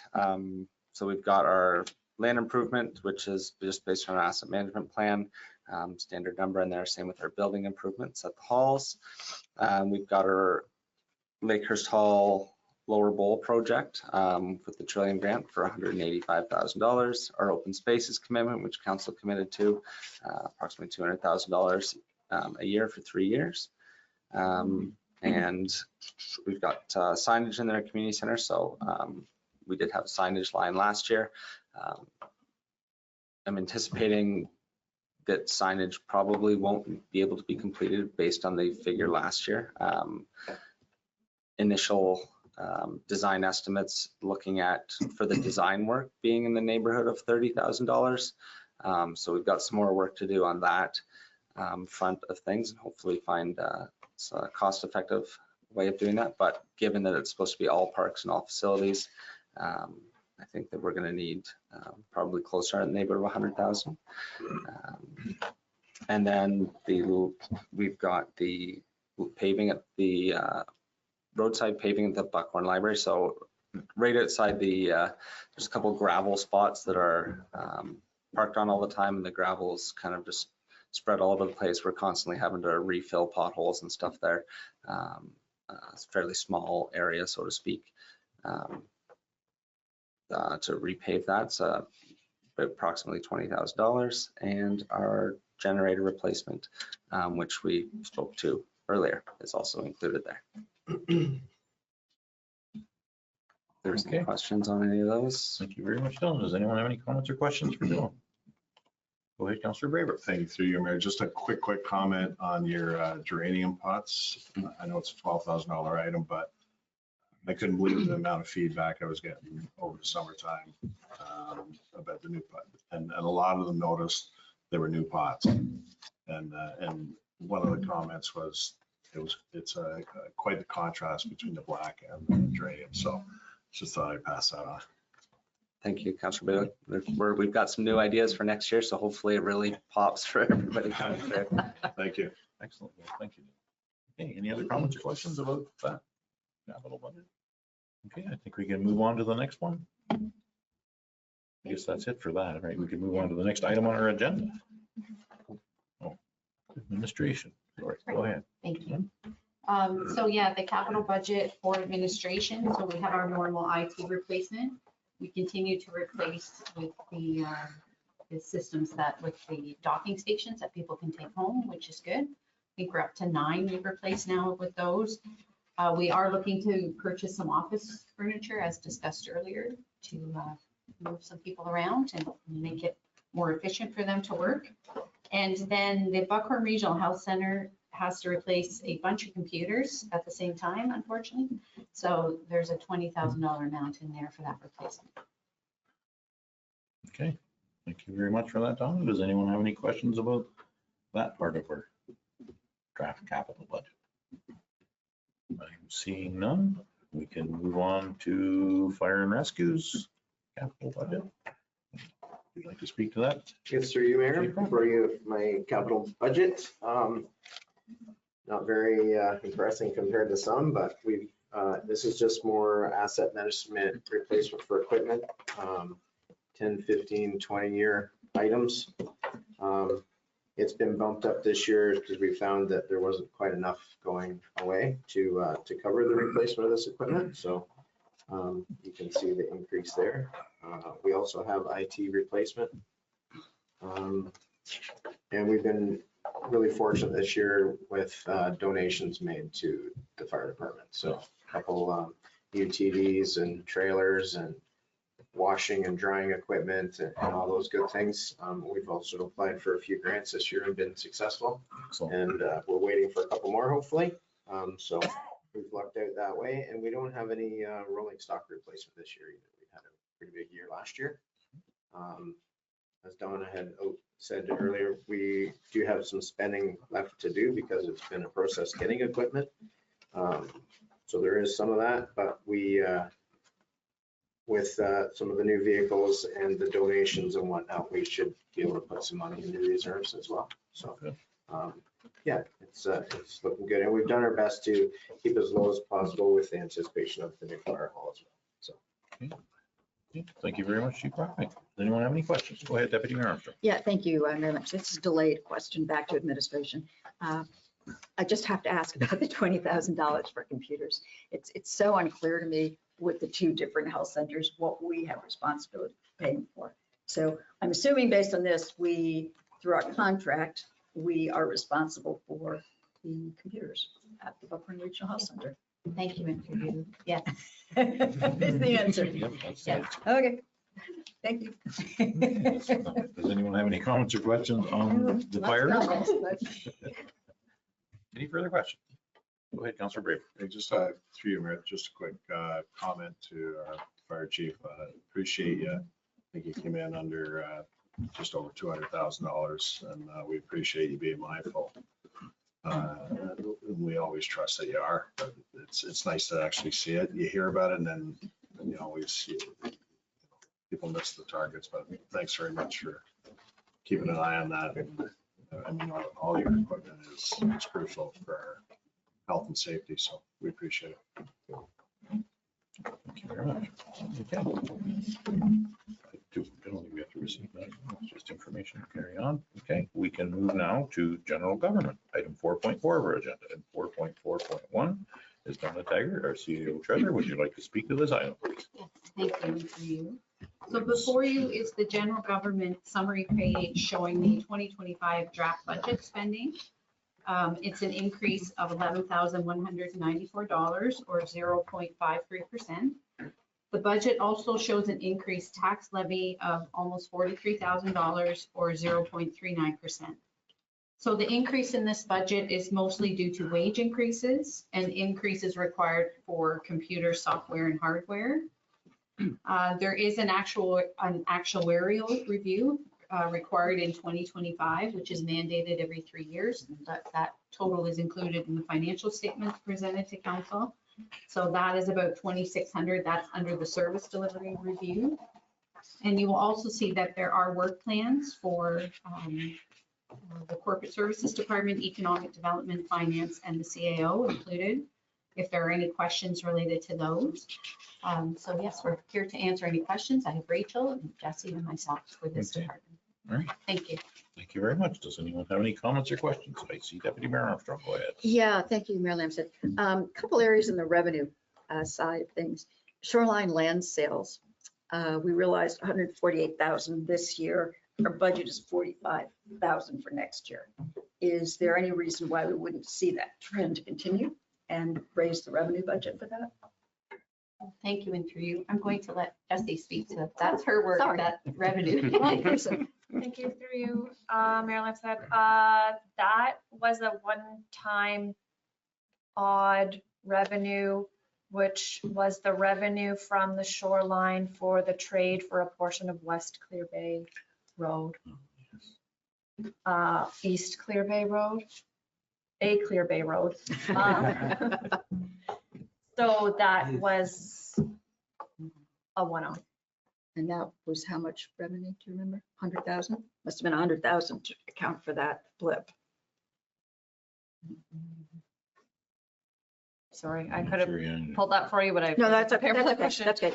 I just want to make sure that we have an under budgeted for that revenue item, because obviously we're looking for as much money as we can find. The second one, if I may, is tax penalties and interest. We received 260,000 this year. We've kept the budget the same at 195,000. Again, was this a blip? Or can we expect to see that again next year, and should we raise the budget? Thank you, and through you. So that is one of those things that's difficult to anticipate.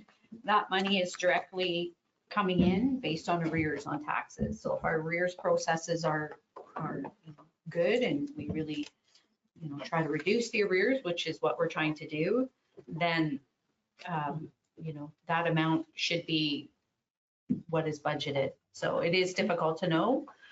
We could press a little bit more there, but we typically keep it around 195,000 in the hope that we actually don't bring in that much to some degree, that we get the taxes in from people, because it is a hardship, most certainly, to pay the 1.25% per month that's charged under that line item. Right. If I may, I'd just be curious what the trend in the actuals has been, because if we're consistently under budgeting it and we expect to get the revenue, then I'd like to see us put it in so we can fund some of the asks that have been put before us. So through you, I can look at that item again, this line item, and come forward with, something a little higher if that is appropriate, but at least have a look at it. Thank you. Okay, thank you, Don. Councillor Cadigan, go ahead. Through you, Mayor Lamb. Unrelated note, I see that we're auctioning off some property. I'm just wondering, is that revenue, and how much do we get? Do we just get the taxes owed, or do we get a chunk of the whole amount? Right. So thank you, and through you. The municipality does currently have, we had 3. It appears we're only going to have 1 after today, which is what we hope for. And that is simply money that is currently owed through the taxes. There isn't a revenue that's kept by the municipality. Anything that's above the amount that is owed goes into the court, and it stays there, and people that would have potential interest in the property could apply for it.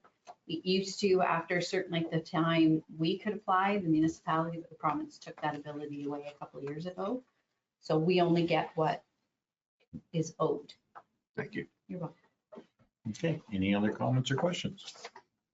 Go ahead, Councillor Brave. Thank you, through you, Mayor. Quick question regarding the Buckhorn Health Center.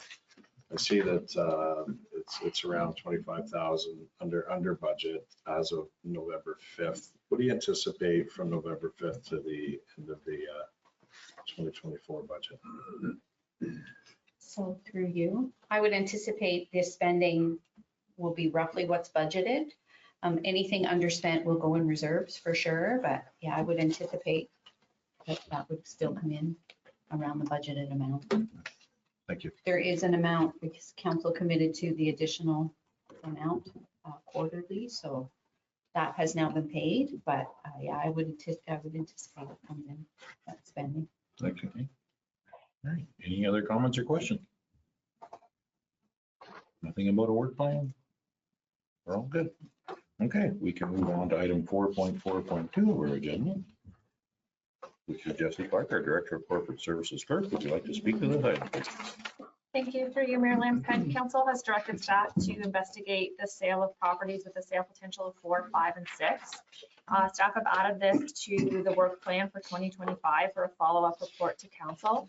So while the preparation of this report will have no cost beyond staff resources, should council choose to proceed with the sale of any or all of the properties, there will need to be funds available for costs such as title searches, appraisals, and surveys as required.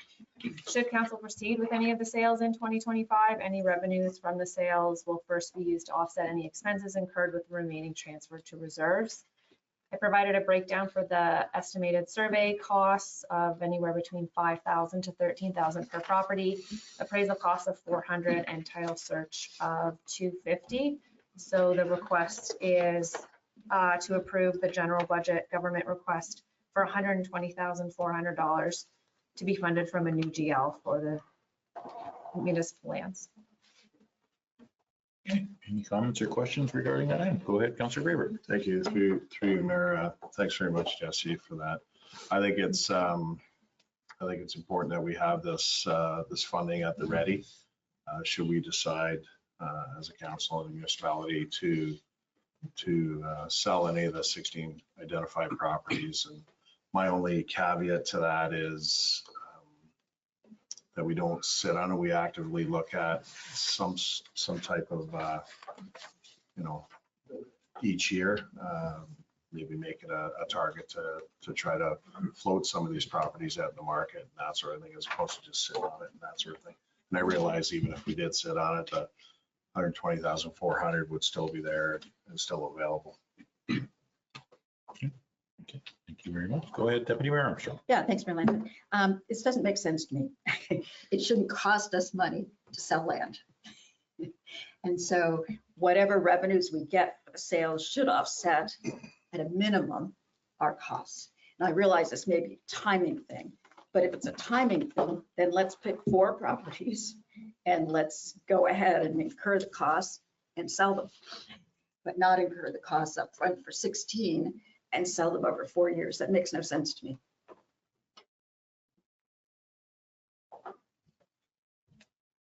Any comment? Was there a question? Was there a question? No, I guess it was a comment. Okay. It's not really. Comment and opinion. Yeah, I think when you identify them, you're probably going to be 3 or 4 that could be sellable right away. I don't know if there's going to be 16. You have to have money in there for the survey, that's for sure. It's got to be paid. Done. Okay, Councillor Graber. So through Mayor, just some clarification on Deputy Mayor's comments. With that 124,400, if it's approved to sit, I guess, sit and wait its usage.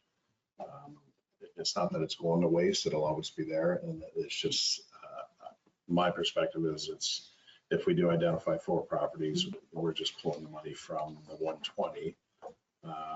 But I understand Deputy Mayor's points to let's address it at the time of the sale and build those costs. And I think for ease of process, I think it's the way it's laid out and the way our clerks laid it out. I think it makes the most sense to have that money at the ready. Should we decide, and if it, maybe have a time limit that, could we use that 120,000 if we're not, looking at honestly making an effort to sell the property. So I still support it. Okay, thank you very much. Go ahead, Deputy Mayor. Just a further comment. Understand what you're saying, but we're burdening the taxpayer with an additional 1% tax increase this year to support costs related to sales that will take place over, say, 4 years. I don't think that's right. So I really think we should look at picking 4, budgeting the cost for that, because the taxpayer's going to pay for it until we sell it. So I don't, so it's on the backs of the taxpayers up front, to do it up front. And I don't think that's appropriate. Okay, any other comments or questions about this? Is anyone prepared to make a motion of some form? Deputy Mayor Armstrong, go ahead.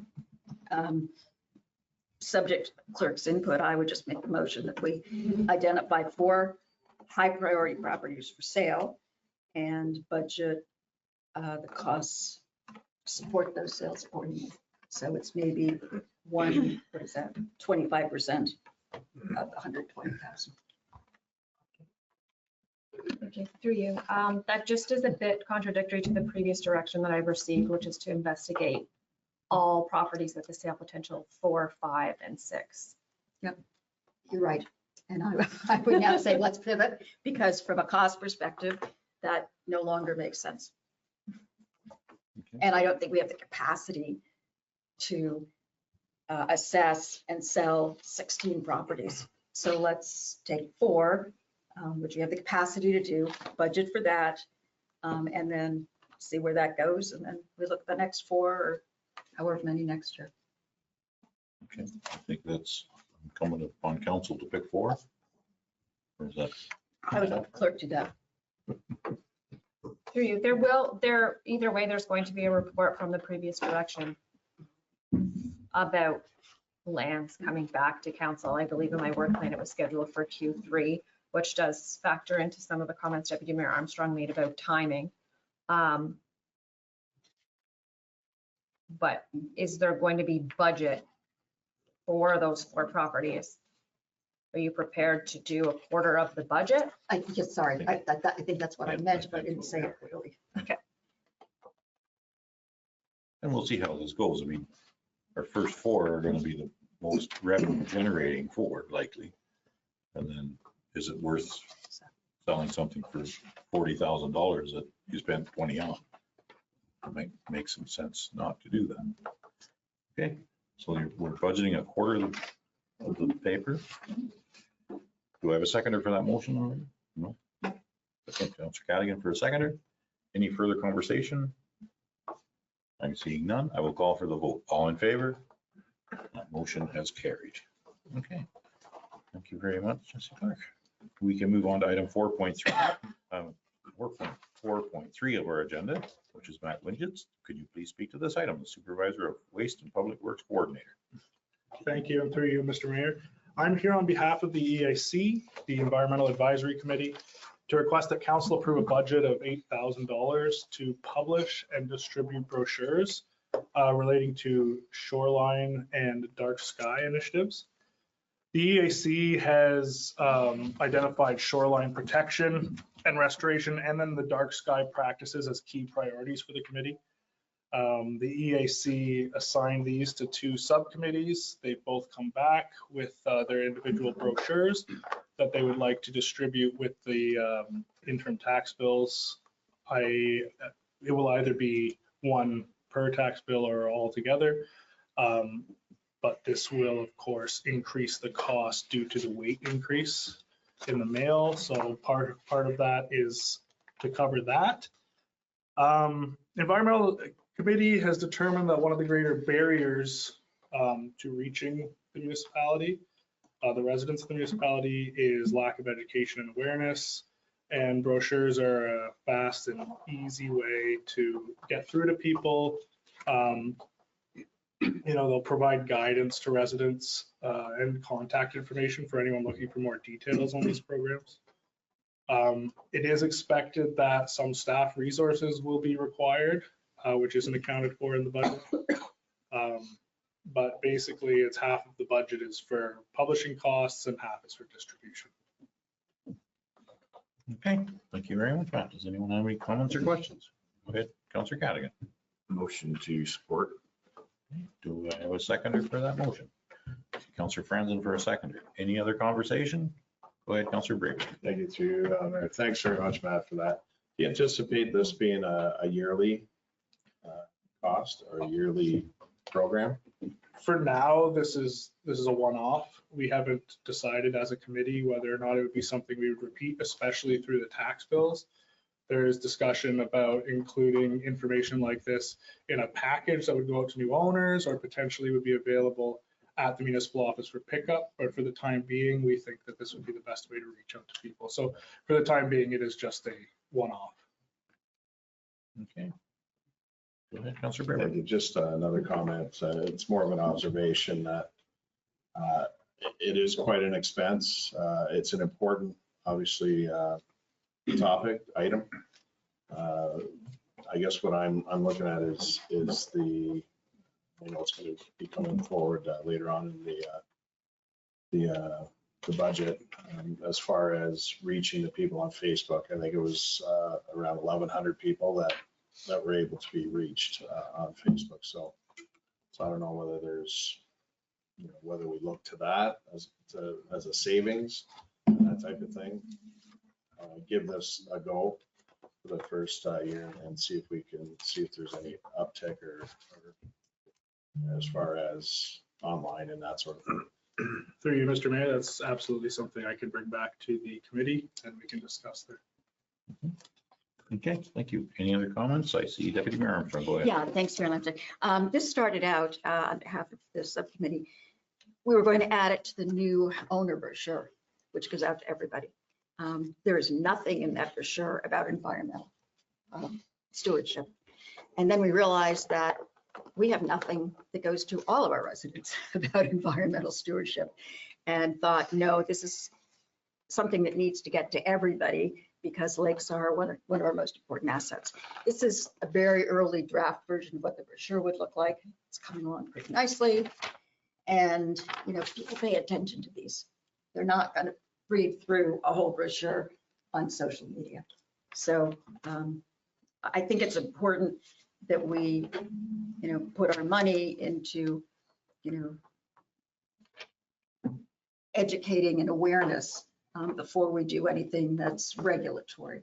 And this would be a first step in doing it. Councillor Trent. Through you, Mayor, I just want to make a comment about Facebook.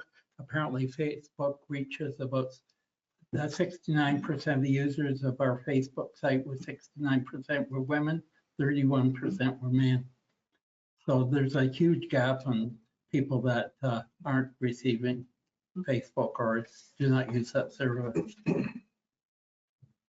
Okay, thank you. I just anecdotal, at the group from the Galway Hall, half of the members of the Galway Hall didn't use Facebook, the other half did. Yeah, no, this is a great way to reach everybody that has a roll number in this municipality. Yeah, exactly. Lots of people do not go on social media at all, but this is a good way to get everybody with a bit of knowledge.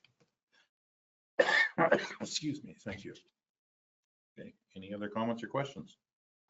We have a mover, we have a seconder. I will call for the vote. All in favor? That motion is carried. Okay, thank you very much, Matt. We can move on now to item 4.4.4 of our agenda, which is Rachel Stark, our Economic Development and Communications Officer.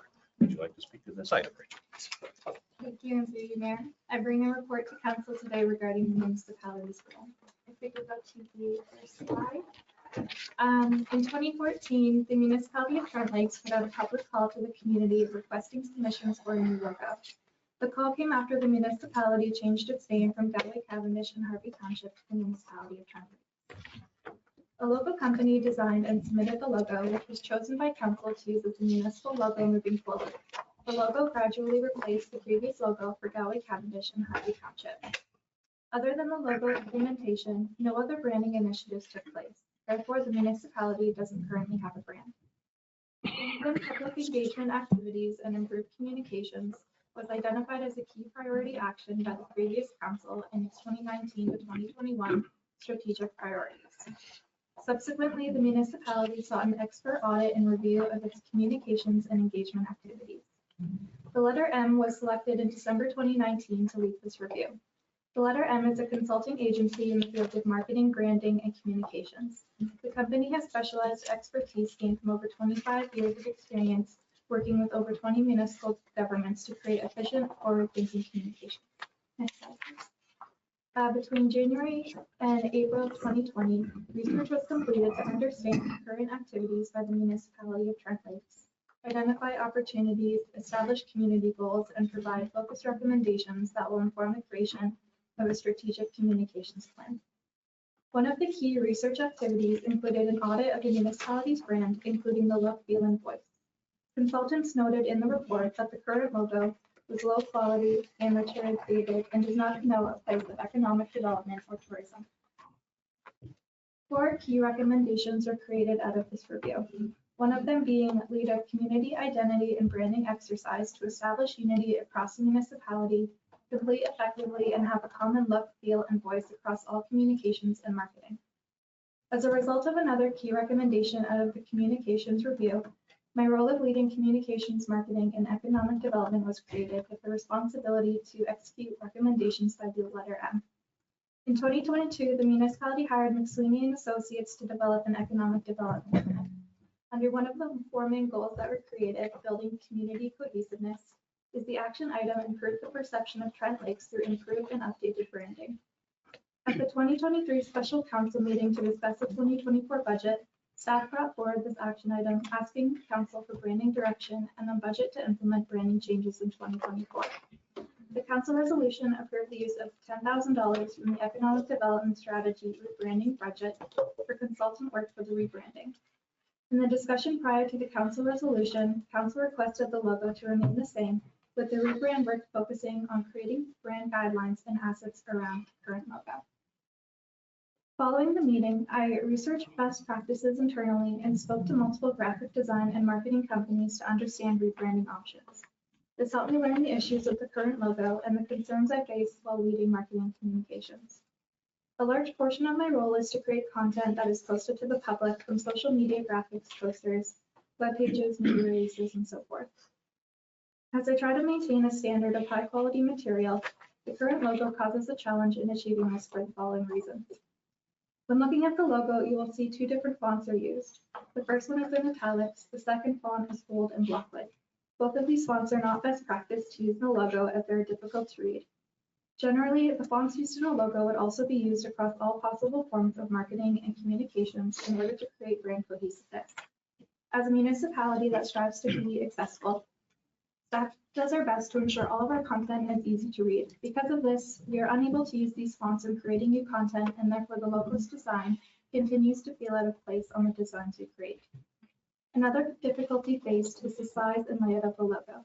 There's only one variation, where typically logos have a few different layout options, including horizontal, vertical, and in some cases, a logo design without the wording. With only a horizontal layout, design options are limited.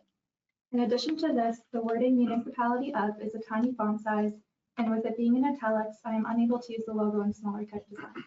The issue remains the same for the trees in the logo. Because the tree design is very detailed, it becomes more unclear the smaller the logo becomes. It is best practice for a logo to use a more simplified approach in imagery to ensure the logo can be used in various sizing without it looking muddled. One last concern I wanted to point out is comparing our logo to Trent House. From my office each day, I can usually hear the public at the front counter when they come in for services. Often we have visitors thinking our municipality is Trent Hills, which is an easy mistake to make since the name is so close.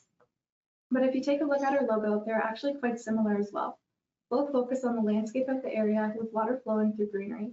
It is important to make sure when choosing a logo and brand for the municipality that an audit is made of the municipalities around us, especially ones that could be confused for us, and ensure that they differ in design. Next slide, please. Through previous marketing work, research, discussions with branding specialists, and reviewing the communications review report and economic development plan, staff have identified the proper process to take when creating a brand. Before creating a logo, the municipality must first create a brand by understanding its own story.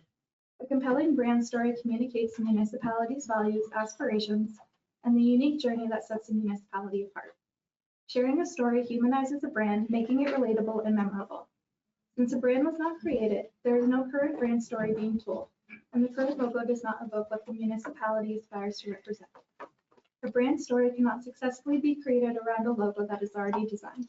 It is essential for the municipality to first understand its values and aspirations before understanding what visuals, be it a logo, color palette, etc., best represents that story. Next slide, please. So what is Trent Lake's story? In order to discover this, a municipality would generally allow for some type of branding exercise and input from the public to understand what makes a municipality special, like the letter M recommended in the report. However, through the community feedback that was conducted through the recently completed Community Strategic Plan, the plan effectively summarizes by the community's own words what Trent Lake's strengths, opportunities, and aspirations are. Next slide, please. Out of the feedback, 3 specific categories stand out that set Trent Lakes apart from other municipalities. The first one being the environment. Topics included our abundance of forests, lakes, and beaches, outdoor recreation, Trent 7 waterway. We're a seasonal tourism hotspot, and the peace and tranquility that the area brings to residents and visitors. The second one being art, history, and culture. Topics included the Kinmount County Fair, our close proximity to Curve Lake and its history, as well as the popular events at the Buckhorn Community Center, including the Festival of Arts and Crafts. Thirdly, we have community. We have a very passionate, close-knit community, friendly neighbors, a pride of place, and great volunteerism. These three topics are what together makes Trent Lake stand out, which is essential to know when taking the story and creating a visual around the brand. Therefore, when someone looks at the municipal logo, whether it is a resident or tourist that has never heard of Trent Lakes, the brand synonymously conjures up a feeling of those three topics. Next slide, please. At the moment, the current logo represents the environment aspect, specifically the forest and water well, but it does not represent the community nor arts, history, and culture, which equally play a part in making Trent Lakes a special place to be. When it comes to branding, every little detail matters. By keeping the current logo and only adding elements around it, will continue to cause a disconnect in the brand we will be trying to portray and will be unable to market the municipality story to the best of our abilities. With this knowledge of how to properly brand a municipality, staff have provided 3 options for moving forward. Staff's most preferred option is option 1, which follows brand best practices, followed by option 2, and then followed by option 3. Next slide, please. With option 1, staff will work with the hire graphic designer to create a logo that visually depicts the brand story, welcoming a fresh design without holding on to designs of the current logo. 3 revision sessions are available if needed. It's important to note that the visuals you see on this slide is not what the final logo would be, but is provided only as a concept of what a fresh design could look like without holding on to elements of the current logo. Following the creation of a logo that represents our brand, a 10 to 20-page brand guideline booklet will be created, consisting of standard logo guide pages, color codes, font uses, and template samples for online editorial and signage designs. With launching a fresh new brand comes great marketing opportunities.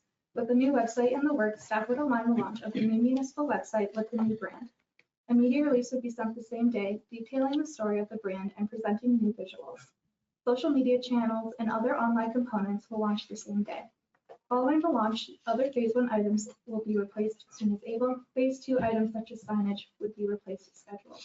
But for option 2, staff will work with the hire graphic designer to create a logo that visually depicts the brand story while incorporating remnants of the current logo.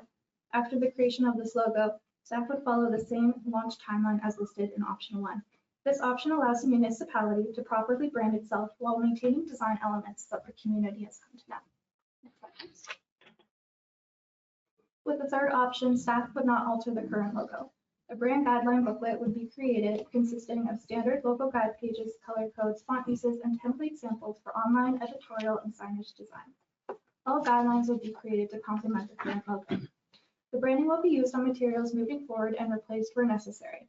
The new municipal website will launch in 2025 following branding guidelines, and staff will strategize how to best communicate the municipality's brand moving forward. Next slide. Lastly, you will see outlined the financial implications should either option move forward. Much of the branding is digital, which does not cost the municipality anything. The main differences to note are very minimal, only being vehicle decals and a couple office supplies, including business cards and stamps. This brings a difference of $2,478, all options staying within the $10,000 budget. The Recreation and Facilities Department will be executing its signage strategy in 2025. Therefore, the most costly part of a municipal rebranding signage is already in the process, and changing our brand will not affect the cost. Because of this, and the fact that the municipality has already hired a consultant to collect public input on what Trent Lakes means to them, the higher cost of a rebrand is not needed in this case, making it the perfect time to consider a change. To a general audience, branding is often thought of only as choosing a logo and color scheme, but it actually serves as the foundation of how the municipality is viewed. It is important when moving forward with a brand to remember the long-term impact it has on a municipality. It is often an upfront cost for a long-term investment. Over time, by telling the story of the municipality through branding, will lead to successfully attracting tourism, businesses, and growing a private place for the residents that live here. With that, Okay, thank you very much, Rachel, for your presentation. Does anyone have any questions of Rachel regarding our rebranding? Go ahead, Deputy Mayor Armstrong. Thanks, Mayor Lamstead. I'm going to be blunt. 1 year ago, council directed staff to use the existing logo, relaunch the brand, and use the approved budget, $50,000, to put signs at all our municipal locations, community centers, libraries, parks, beaches, etc. We're now 1 year later, and none of that has been done. Instead, we're being asked to consider changing the logo. I have lots of comments about why we should not do that, but I'll hold those, and in the meantime, table a motion, which is to use the existing logo, to relaunch the brand and to use the $50,000 to put signs at all our municipal locations. Do I have a seconder for that motion? I'd love to second that motion. Councillor Franzen for a seconder. Now, further conversation. I just have a comment. Go ahead. Of the three options, I cannot tell you how much I dislike the new option. I found it awful. Thank you for your comment. Councillor Cadigan, you had your hand up. Go ahead. Through you, Mayor Lamb, I support the rebranding and selecting new logo. I like the second option. I think it's not much of a change from our old one. I wish that there was a lake in it as opposed to a river, but I can live with it. Thank you very much for your comment. Councillor Braber, do you have a comment? No? Okay. Deputy Mayor Armstrong, would you have further comments before I don't think so. I mean, you don't change a logo because the standards have changed. If we were going to change the logo, then absolutely. We would make it accessible. We would do all those other things, but that was not the decision or the direction. And I'll use a couple of examples. I do have a marketing background, by the way. Target doesn't change its bullseye logo because red is now a politically charged color. Nike doesn't change its swoosh because it's not inclusive of the mobility challenge. IBM doesn't change its logo because it's not modern. Our logo's been out since 2014. We've never leveraged it. That's the problem. And that's the problem we brought before staff last November. The logo's fine. And I'm not sure, by the way, how adding a couple of geese of sun incorporates arts and culture and community. So we're not even obtaining the objective that has been set out for us. So I'm just disappointed that we're a year later and we haven't proceeded with signage and leveraging the logo that we've talked about. Those are my comments. Thank you. Thank you very much. I do like adding some stuff to our logo. Our logo does seem a little plain to me. I'm okay with option 2 as well. Any other comments? Yes, please do, Rachel, absolutely. Once the decision was made at last year's budget meeting, before hiring a graphic designer, it was important for me as the staff member leading marketing to fully understand the process of expanding on a brand and creating guidelines. Through this research is how I came to understand that the approach being taken was not the right one, which is why I brought the report today. I can appreciate that it was an action item planned to be completed in the first half of the year. And unfortunately, as partly a team of one, other priorities sometimes get in the way. So it was pushed to the summer, followed by my medical leave. Recognizing the importance of this project, I feel it is my responsibility to bring this knowledge to council so a decision can be made with a full understanding of branding municipality, which was not able to be provided in last year's meeting. Although it is later than anticipated, I still feel now remains the perfect time to choose to rebrand since the signage strategy has not yet taken place and we will be about to launch the website. Choosing to rebrand now will also allow the municipality to not run into a need to rebrand for a long time down the road, ensuring the lifespan of signage and other assets are not worried. And I also just wanted to mention that because although our logo is nice and well known, it didn't follow the proper formula of creating a brand and therefore would not be as effective down the road as we try to leverage it. Thank you very much, Rachel. Yeah, don't get us wrong. We appreciate all the work you've done on this. This is a fantastic bunch of options for council to consider, and it's council's decision in the end, but we're going to move forward with it. Thank you very much for bringing us all the options. I do like every one of them images. Thank you for that. Councillor Braber, go ahead. Yeah, thank you through you, Mayor. And I'll echo the mayor's comments too. We appreciate all the work you have done, but I do support Deputy Mayor's comments as to what the ask was and what the direction was from council. I think it just morphed into to something else that we're hearing today. I do, if I were to comment on the concepts, I do as well. If it were to be, going through, I would support concept 2. But again, it's hard to put so much into a logo that represents our municipality. And one item that I noticed that isn't present there is our First Nations. They're an important part of our community and whatnot. And we are on Treaty 20 territory. So I mean, somehow if that were to be incorporated into it. Anyway, that's an aside, but most importantly, I just wanted to recognize all your efforts. It's the being critical of it isn't being critical of you. It's being critical of, we're just trying to reflect on what direction was. And that's it, nothing. Thank you very much for your comment, Councilor River. Anyone else have a comment? I'm seeing none. I will call for the vote. All in favor? That motion is carried.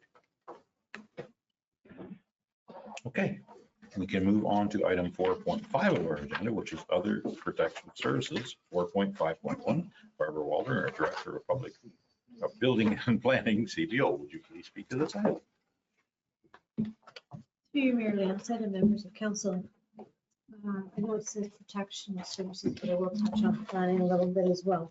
The biggest impact on the enforcement section of the budget is the increase of the OPP policing costs with an increase of 13.12% overall over the 2024, which is a tax levy increase requirement of $345,377 or 3.16%. Is a cost that we have no control over within this budget at this time. Contracted bylaw services were reduced to $54,000 based on the direction of council to do mandatory registration for short-term rentals. The contracted service line also includes costs for Granicus, Granicus, Maxima, and TATS. In order to assist with offsetting costs, $200,000 is coming from reserves for this department, with $40,000 this being money raised in 2024 for contract bylaw services, $60,000 for the zoning bylaw update, and $100,000 was budgeted to be taken from the OPP current reserve to offset some of the billing fee for 2025. All legal GL accounts have been increased based on the statistical increases for 2024 for the service being provided. The remainder of the expense lines are for the most part the same amount from 2024 budget, with some numbers being reduced, a few being increased. I was just going to highlight a few things off of the actual budget. The planning action fees have been increased due to the fact of us changing our fees to do some cost recovery. The septic permits, the initial fee, revenue that we put last year for 2024 was based on the fact that we took the service over in April. So we've already exceeded that budget amount. So the 78,000 is based on the entire year.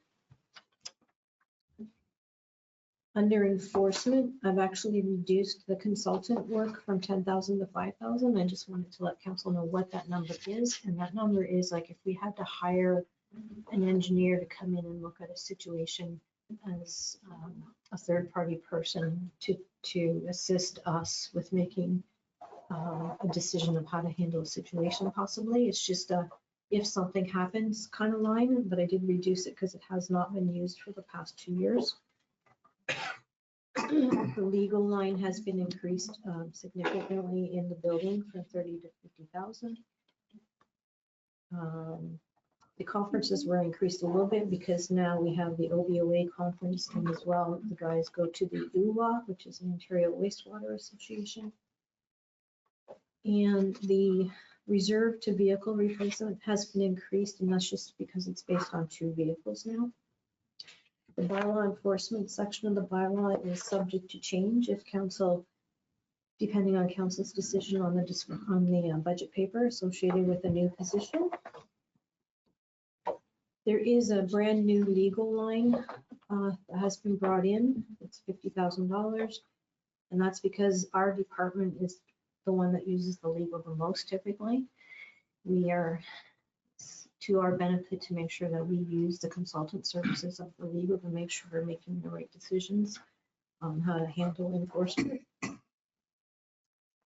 Under the land use planning, the OLT line was increased because we did have one OLT during last year that cost us substantially, so that's been increased. The maintenance OP line has increased, and that's because this is the year that we're going to start working on the zoning bylaw. And planning advice has been increased a little bit. So that's all I have on that part of it. If there's any questions. Okay, thank you very much, Barbara.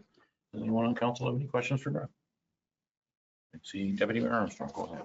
Thank you, Mayor. I have a couple. One is a net AMP revenue. I would hope that we'll get more from that this year as we start to be more, start to lean in on enforcement. It's not going to change the budget, but I would certainly hope we'd see an increase in AMP revenue. Yeah, and it's three reasons. The reason that we were a little bit reserved on that number is we've had at least two, if not three situations this year where we put a penalty out and it was appealed. And the appeal was won by the appellant. So I'd rather be reserved on that number, but I do agree with you as we move forward and we have somebody in that position that is really strongly handling that stuff. I do see probably more happening. Great, okay, thank you. The other one is on land use planning and the wages. I'm not sure why we've gone from 175 to 255. I'm going It's to, on 97 of my book. I don't know if that helps. I'm going to defer that to Dawn because that was the only part I didn't address when I was doing my numbers. So thank you and through you. I can look at that figure again. We basically now have Adele 4 days a week permanently. So it was that. And it was just the increases for the other planning position. Oh, and we're putting some wages of Barb's over there as well now. So we altered some wages and put them in that line item. So that's the major. We took 20% of your, yes. So do we see that compensating on another wages line? Yes, so through you, you'll see that the building wages have dropped a bit compared to what was budgeted in 2024. But we can look at those again. If you could, that's a big increase from 175,000 to 255,000. It's apportioning for sure, but we will look at that. Okay, yeah, I would appreciate that. And sorry, through you, I'll just add on to that. The reason that we are making sure that the wages are allocated properly is because when you're getting down to the building permit fees and you're justifying your costs, all of my time is not spent in the building world. Some of it is in the planning world. So the fees have to be set to pay for the actual cost of the department. So it's not fair to be setting fees in the permit world when some of my time is planning. No, that makes sense. I appreciate that. I have just one more. Maintenance of OP and zoning bylaw. Appreciate we're going to be doing a lot of work on that, hopefully this year, but still going 46,000 to 120,000. That again is a very big jump. Why do we think we're going to spend $120,000 on developing or revamping the zoning bylaw? So through your mail, I did defer that to Adele to provide me with some numbers. She did make some phone calls, and the reality is these planners are expensive. And this is a fairly long process. So it's a process of going through our current zoning bylaw, working with staff, so we can identify where we see issues. I also want to include council as part of this process as well. And then creating the new zoning bylaw. So it's a lengthy process and it is an expensive process. Okay. It just still seems like an awful lot of money. Even if we had a consultant do all of it, you know, that's a body. That's one body that we're essentially funding to do the zoning bylaw. That just seems a little excessive to me. Three millions. I guess if you compare it to like what we paid to do the DC bylaw, I mean, that was 60. I think, yeah, higher than that. Yeah, actually. 66. So consultants are just not cheap. Yeah, I mean, I know we don't have to do it, so I'm not disputing that. It seems, I get sticker shock a lot these days, but that's a sticker shock. Okay, any other comments or questions? Councilor Braber, go ahead. Thank you. Through you, Mayor. Thanks, Barb. A couple of questions, and it's surrounding the legal expenses. The one under the building code enforcement, your ask is 50,000, and then the bylaw enforcement, your ask is 40,000. So is it 90,000 you're asking for total for legal?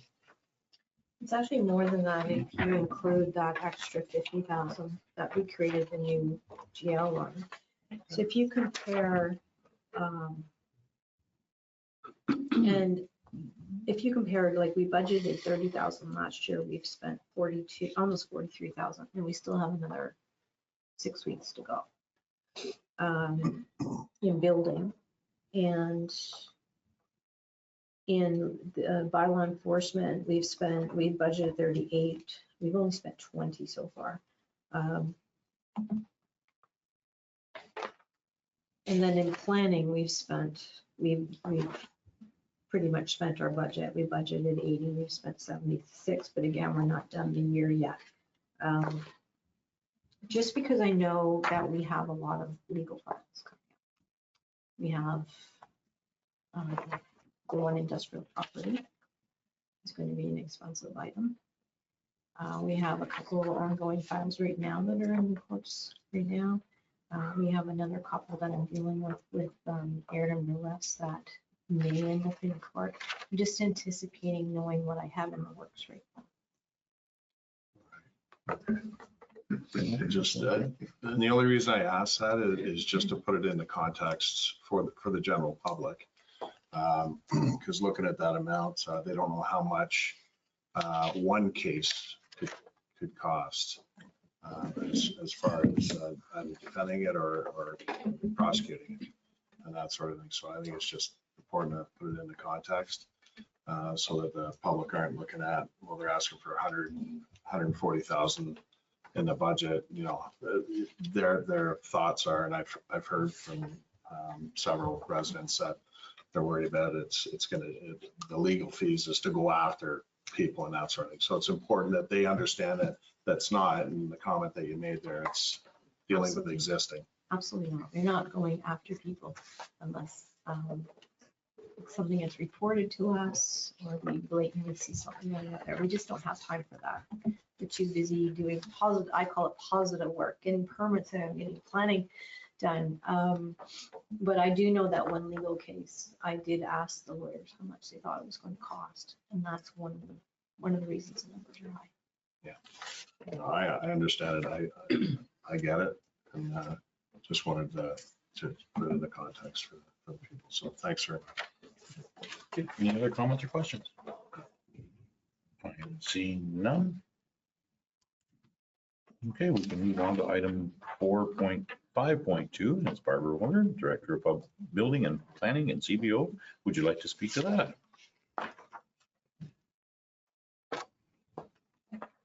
Yes, we already have kind of. Sorry, just went out of order a little bit for me there. I was too. That's your budget request. I'm sorry, can I backtrack a little bit then? Sure, absolutely. I thought that the work plan was a separate line item and the work plans maybe was part of the last discussion. So can I finish up there? Sure, please. So the building and planning work plans have been set up with applications for both building permits and planning matters taking precedence above all other work in order to meet legislative timelines. Planning projects for 2025 include completing and the tendering process for a planning consultant to be chosen to begin the process of completing the first draft of the updated zoning bylaw. We are hoping this puts us in a good position to be well along the way, having the document completed before or shortly after the approval of the county official plan. Additional residential dwelling units are currently underway, and a staff report will be coming to council in Q1. The tree protection and tree preservation bylaw and shoreline preservation bylaw are on the agenda to be completed the first half, if not the first quarter of the year, to work along with the assistance of the Environmental Advisory Committee. The bylaw planning and building staff will work together with the bylaw enforcement officer as lead to complete the bylaws listed in the plan. In trailer parks, a report will be coming to council in January to provide information to council regarding the renewal process and requirements for the trailer parks, which will include providing sewage system permits, ministry or otherwise, to confirm the system design matches the number of sites present, is in working order, and no orders are present on the sites. This will also ensure that the water bodies are not being negatively impacted by undersized or compromised systems. Okay. I think that's, MOE is a lot of that too, right? It's a larger volume, so it's a ministry environment classification. Okay. Any comments or questions? I'm seeing none. We can now move on to item 5.4.5.2. Is your budget request. Through Mayor Lansdowne. It was well documented through the public input for short-term rentals that the public's opinion is that bylaw enforcement has not been to the public's expectations. I will qualify this with the acknowledgement that in any bylaw complaint process where we receive written complaints, typically only 50% of the public is going to be satisfied with the outcome of the complaint. The amount of work related to the bylaw enforcement for the municipality to address complaints properly, including related administrative work, warrants a full-time position for a bylaw enforcement. The cost of the full-time position will also include an additional vehicle, new software, which is related to cloud permit. Building staff have 2 current vehicles and we use them the majority of the week. Sharing one of these vehicles with bylaw is not an option, as booked inspections do not line up with the needs of bylaw.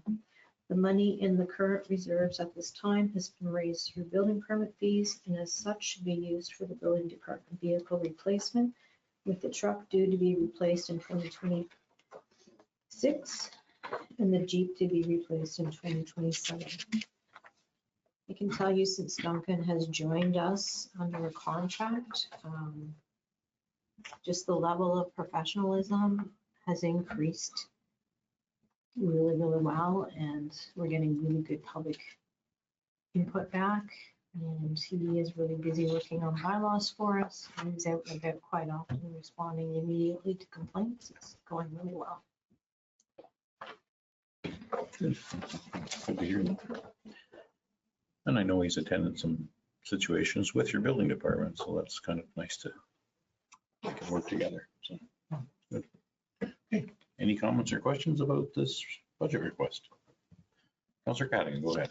Mayor Lamstead, how many do we currently have now in enforcement in the building planning department? Through Mayor Lansdowne, how many Do we have currently? We have staff right now for enforcement, do we not? like people that are authorized to enforce? Yes. There would be all the building staff can do it, as well as our bylaw enforcement officer. The reality is that the building staff don't have time to do it. We tried to do that when our previous person left. We tried to fill that void, as well as try to keep up with the building work, inspections and getting out and meeting timelines. And the bylaw enforcement had to take a second seat to building. So that's why when Duncan arrived, there was a lot of files that were in progress, but he fairly quickly got a handle on them all. Can I answer your question, Councillor Cadigan? Not exactly. So other than yourself, there's 3 other people? There's Matthew and Jacob. Okay, 2 other. Thank you. Okay. Any other comments or questions? See, go ahead, Councillor Braber. Thank you, through you, Mayor. Just the ask here, it's for a full-time bylaw officer. Okay. Now, am I correct in my assumption that that officer is going to also assist with the short-term rental combination bylaw responses? I think that that can be part of it. Again, it's always based on workload, right? So I kind of always saw it that way, that that position could assist with that. As well, that position, like we get asks of us to go out to remove signs, for example. For me to pull my building staff off of going out and doing mandatory inspections to get that done, it's really hard for me to kind of get my head around. And we did do a blitz out there with a few other staff members, which worked out well, but we're all quite busy.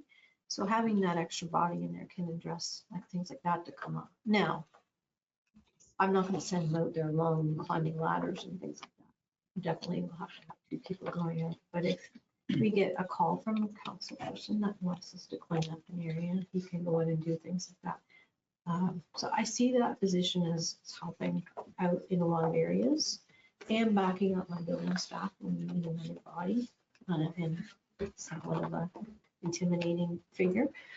And he's working with planning as well on a lot of bylaws. Okay, Thank you. Councillor Franzen, go ahead. Yeah, I'd like to, through you, Mayor, I'd like to say I do support this recommendation. I think this is one of the major recommendations we've received from our ratepayers, is to enforce our bylaws. And I've always thought that there is a different skill set between a bylaw officer and a building department officer. And I'd like to hire somebody that has those specific skill sets of enforcing our bylaws. Thank you, Councillor Franzen. And I do agree, sometimes it's tough to wear both of those hats. Yep.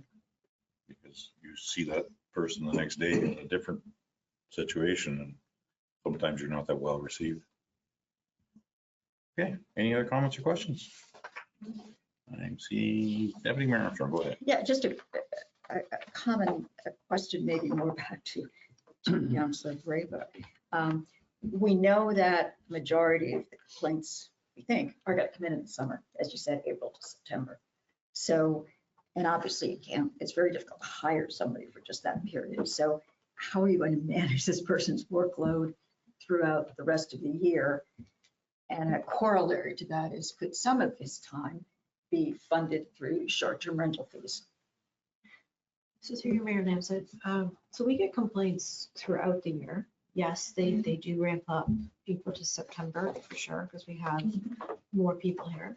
Absolutely, but we do have complaints throughout the year. On the off season, like it used to be back in, let's say, the old days of building, you would be busy like during the building season. And then you kind of looked forward to that drop in permits so you could get on top of all the administrative work and do all the things that you wanted to do to prepare for the next year. Unfortunately, that's not a reality for us today because we are just continuously out there doing permits and permit work. But for this position, I kind of see that like during the busy season, he's going to be out and about doing inspections, keeping on top of the files. And that's a really key thing is having the files done well, making sure, because you always got to think about these things maybe going to court. So taking the time to do it correctly, that's one reason I've asked for the software, because it connects into cloud. And then that way, any of us who are on cloud can see anything that's to do with that property. So it's a really great system. So on the off season, to answer your question, I see him like them fine tuning bylaws, creating bylaws, creating policies, creating checklists, tools to make our job better. I don't know about the funding from the short-term rental. I'll defer that to the CIO. But I guess the reason I can't answer that question is we don't really know who's going to do that job yet. We haven't really talked about that as a committee. Okay, thank you. Go ahead, one more. But yeah, Paul, this is to Donna, actually to our CAO. I support this for all the reasons that have been said. I am concerned about the bottom line. Because right now we've added about $55,000 to the budget. If we add this, we're up to about $227,000. So, we're looking at over 6% increase. My threshold is around 5.99, the Kmart School of Pricing. So unless we can find some relief from a couple of those line items that I mentioned to offset that and get it tax increase down a little bit, I'm concerned about it. So that's the only reason I might not support it today. I think I support it in principle, but also concerned about the bottom. I am as well. I mean, how many complaints do we get a year, bylaw wise? I mean, I'm sure there's lots, but it's a lot of money to increase when we have staff that are trained to do it now. And I know there have other things to do for most of the year. Some part of the year that some of our staff aren't as busy as they used to be or could be, or maybe in the future. I'm concerned about that. Go ahead. Crazy idea. What if we hire this person mid-year? So we cut the costs in half. We have somebody in place for the summer. I don't know. Again, I support it. I just don't know how to fit it in the envelope of less than 6% tax increase. Okay. Councilor Raybrick, you had a question. Yeah, through you, Mayor. My mind always goes back to, now I know this is an ask outside of the short-term rental accommodations. I understand that. And I know I've made this point several times is when we are dealing with the short-term rental accommodation issues that would draw in all our existing bylaws, that would require a bylaw officer or officers to address. My issue and concern is if we are attempting to tackle the issue of short-term rental accommodations and those issues occur Thursday night to Saturday night into Sunday morning, that we apply it to the problem times and the problem areas. I know that may create an issue as far as shift work and bylaw officer safety and that sort of thing, but there's other ways you can build in safeguards with that. So that's my only concern, is that all the complaints that I've received from the residents is there's nobody there when it's happening. There's nobody there. It's always a day or two or three later when the problem's over. That's where a lot of the frustrations from the residents come in. And I know logistically, it's a juggling match for yourself and your department and all that sort of thing, but I would just like that to be known again, as far as if we are going to be implementing or hiring bylaw officers, that they actually address the issue when it's happening. Go ahead. So through your Mayor Lampson, so I see that, I've heard you say that often. I see that as a tough hill to tackle. The other municipalities that do it, I've talked to them and they always have two people. So not only are you having to hire one person, now you're having a second body for safety. And they only do it certain hours of the night. So I think that that's going to be more cost to us, because we're going to have more people to go out and do that. I don't know if that's something we can figure out at this juncture right now, because I think a lot of thought has to go into it. Thanks. Okay. Thanks, Barb. I just was wondering, how many complaints do we actually get a year? Well, we're over 100 this year. Yeah. I'd say we're usually between 150 and 200. Thank you. Okay, does anyone have any? Go ahead, Councilor. I just have a comment. I noticed when I'm out and around that the population base has shifted. We're getting more permanent people living in cottages, in recreational areas. It's shifting from a seasonal base to more of a permanent base. You can see it from the traffic patterns that we have on our roads. It used to drop off as soon as November hit. we don't see that drop off even in the winter very much anymore. So we have more people around, we have more complaints. And I don't think we're going to get into a period where we get less complaints. Okay. Yes, Barb, go ahead. Through Mayor Lotus, just a couple more comments. So with short-term rentals coming on, now that council has made a decision what direction you're going to go, I think the public's been kind of sitting back and waiting for that decision. And now that that decision has been made, and basically that decision was fundamental on we're going to enforce our bylaws, I think you're going to see an increase in complaints that are going to come in now because there's definite direction of what council wants done with short-term rentals as far as registering them and how we're going to handle the problem childs. The second, so yes, I need to write stuff down. I lost it. Okay. Thank you. Thank you very much for your response. Anyone else, any other questions?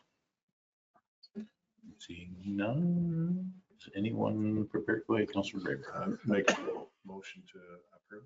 Okay. Do I have a seconder for that motion? I make an amendment to it. Sure. I mean, you can try. Subject to the total tax increase not exceeding 5.9%. 5.9 or 5.99? I've heard both. Yeah, okay, 5.99. And I, in my head, I'm thinking, can we lease a vehicle instead of buying one? Can we hire this person partway through the year without compromising what you want to do? Are there some ways to get it so that we? Like a May to September works sometimes. Anyway, is that an acceptable amendment or not? Yeah, I guess through you, Mayor, to Deputy Mayor Armstrong, just wondering from 5.99 to the projected, what is a monetary? Can you reduce that to a monetary? So, so every 113,000 change is 1% at this time. So if you look at that first or the page that has the impact from requests, it kind of tries to speak to that to some degree. I mean, obviously the OPP levy is a huge part if they come forward and help us with that, which I hope would come soon. Let me say, there was optimism. Yeah. Okay. Well, that's positive. So, yeah, I mean, 113,000 is 1% essentially. So if I can, I think we're at 6.07%. So we're close. So we're very close. So And again, if you can 0.8. find a revenue opportunity, and tens of thousands of dollars, 10,000. Grants. Yeah, so Yeah, about $10,000. I'm sort of in support of the friendly amendment, but the only reluctance I have is that we need let's take out the short-term rental accommodations. We need, and I say we, our building department needs a full-time mile officer. So I don't bend on that. I agree with you. Is there a way that we could, in an interim basis, look at reducing costs as far as vehicle, whether that be through a lease, as you mentioned, or otherwise, float that for a year and see if that is beneficial. And if not, then we revisit having a dedicated vehicle for that. So I don't know how we, how would you like to build the motion? I would leave it to the CAO. Okay. I mean, she can play with lease, she can play with delayed hiring for 2 months. I mean, 10,000 should not be a big deal for our mad magician Yes. CAO to find. And let's face it, if we decide as a council that we want it to stay at 5.99 or less, then that's what we want. I mean, it's not easy. This is not an easy time in our lives, and this is not an easy time in anybody's life. There's people now that we raise taxes 5% or 6%, and the county raises another 5 or 6%. They're not going to be able to afford what they're doing right now, which is going to change lives. And there's many people on very, very strictly fixed income in our community, and this is going to affect what they can and cannot do. we have to be very cognizant of that. Any large increases in our tax base is going to affect many of our residents. Okay. Councillor Franzen, go ahead. First of all, I don't believe we have a seconder to the motion yet. Oh, did we not? Well, you were No, going to said you second. made an amendment. Yeah, Oh, the second Is was an the- amendment, okay. yeah, was the amendment accepted or no? Could I get clarification on what exactly that amendment and the new motion would be? That was the director meeting. I think it might have been. It would be the recommendation on screen so that they would approve the labor and wages budget, the capital budget for an SUV and the annual insurance and maintenance costs, and the new GL for the cloud permit implementation fee and annual fee. All of that would be subject to a total tax increase to be not more than 5.99%. I think you have to take out the dollar amounts. Because if we shift the hiring, it won't be 117. If we lease, it won't be 45,000. So if we could, can we do in general to say that we approve the hiring of one bylaw enforcement officer who is supported with the vehicle, and also approve the cloud permit implementation, all of which in total should not increase the tax, increase more than 5.99%. Something that you're reasonably okay with? Yeah, that sounds good to me. And just to add, I liked Deputy Mayor's suggestion of delay the hiring a couple of months, which would show savings. So delay the hiring to Q1 or the start of Q2 in 2025. But they're not our busy times, so they not need it. Yeah. Okay, Councillor Franzen, you had a question? Yeah, I'd like to speak to the amendment. I think that we should look at 5.99 over the whole municipal budget. I don't think we should tie it to this individual motion. We haven't tied any other motion, the increased spending on the 5.99 increase. And I think it would be not prudent to put it on this. But I agree to keep our spending at 5.99%. Maximum. Maximum, but I don't think we should tie it to this, this motion.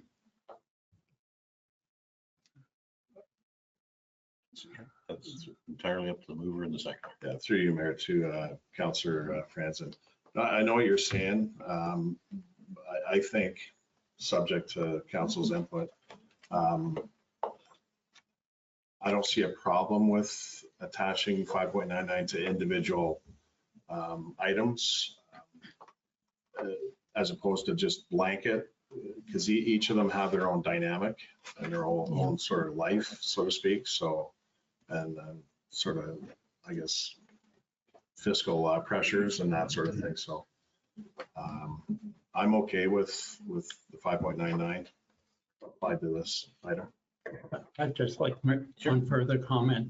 All of our open houses that we've had in the last couple of years, the mention was about bylaw enforcement, inadequate bylaw enforcement. And we always stated that our resources were stretched very thin and that sometimes we couldn't get to a location in a certain time period. And so I think this is very important to our ratepayers to show that we're serious about bylaw enforcement. I think, Councillor Franzen, that this motion, as it is presented, addresses that. I think we're not saying no to a bylaw enforcement of any kind. We're saying yes to it. Just it has to make some fiscal sensibilities. We do have 3 people in that department that can enforce bylaws. I'm just saying we're putting the fiscal sensibility on one area, on one motion. No, we're not. We haven't done this on any of the other motions that we have passed. And we've passed some fairly big ticket motions. We're not finished yet. Yeah, I think to be clear, we've only passed the dump trailer. Yeah. And we can't negotiate the price of a dump trailer. It is what it is. We've passed a 25% of the municipal property costs, which is $30,000. And I think you've itemized what the specific costs are for that. Yeah. So we can negotiate that. Yeah. But this one, we do have some flexibility to play with it. So that's why I Yeah. suggested we tie that to this particular one. That's why. Okay. Thank you very much for the clarification, Deputy Mayor Armstrong. Any other conversation? I see we have a motion. Yes, that's been advised. And we have a seconder. We've had conversation. Mark, did you want to say something? Through your mayor, I was just gonna say, I asked Dylan how much he paid for his lease. He said 5,000 per 3 months. So I'm willing to investigate that. Yeah. A lease road, Okay. for sure. Yeah, take a look at that, sir. Thank you very much, Mark, for the information. Thank you, Dylan. Okay, So for my benefit, through you, Mayor. yes.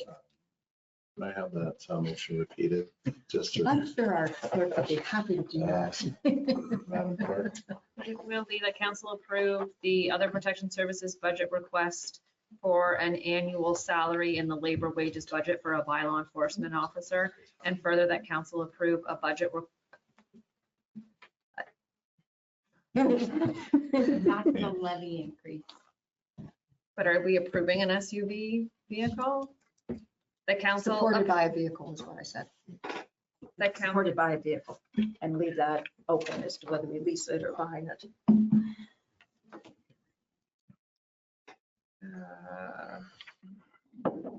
so the council approved the other protection budget services request for a salary annually in the labor and wages budget for a bylaw enforcement officer supported by a vehicle, and that council approved the other protection budget request for a new GL for the cloud permit implementation fee and annual fee, subject to a total tax increase not more than 5.99%. Can we just wordsmith a little bit and say approve full-time bylaw officer, but not put in annual salary?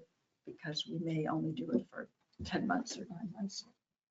I think that annually means that we won't be coming back every year to ask for the annual request.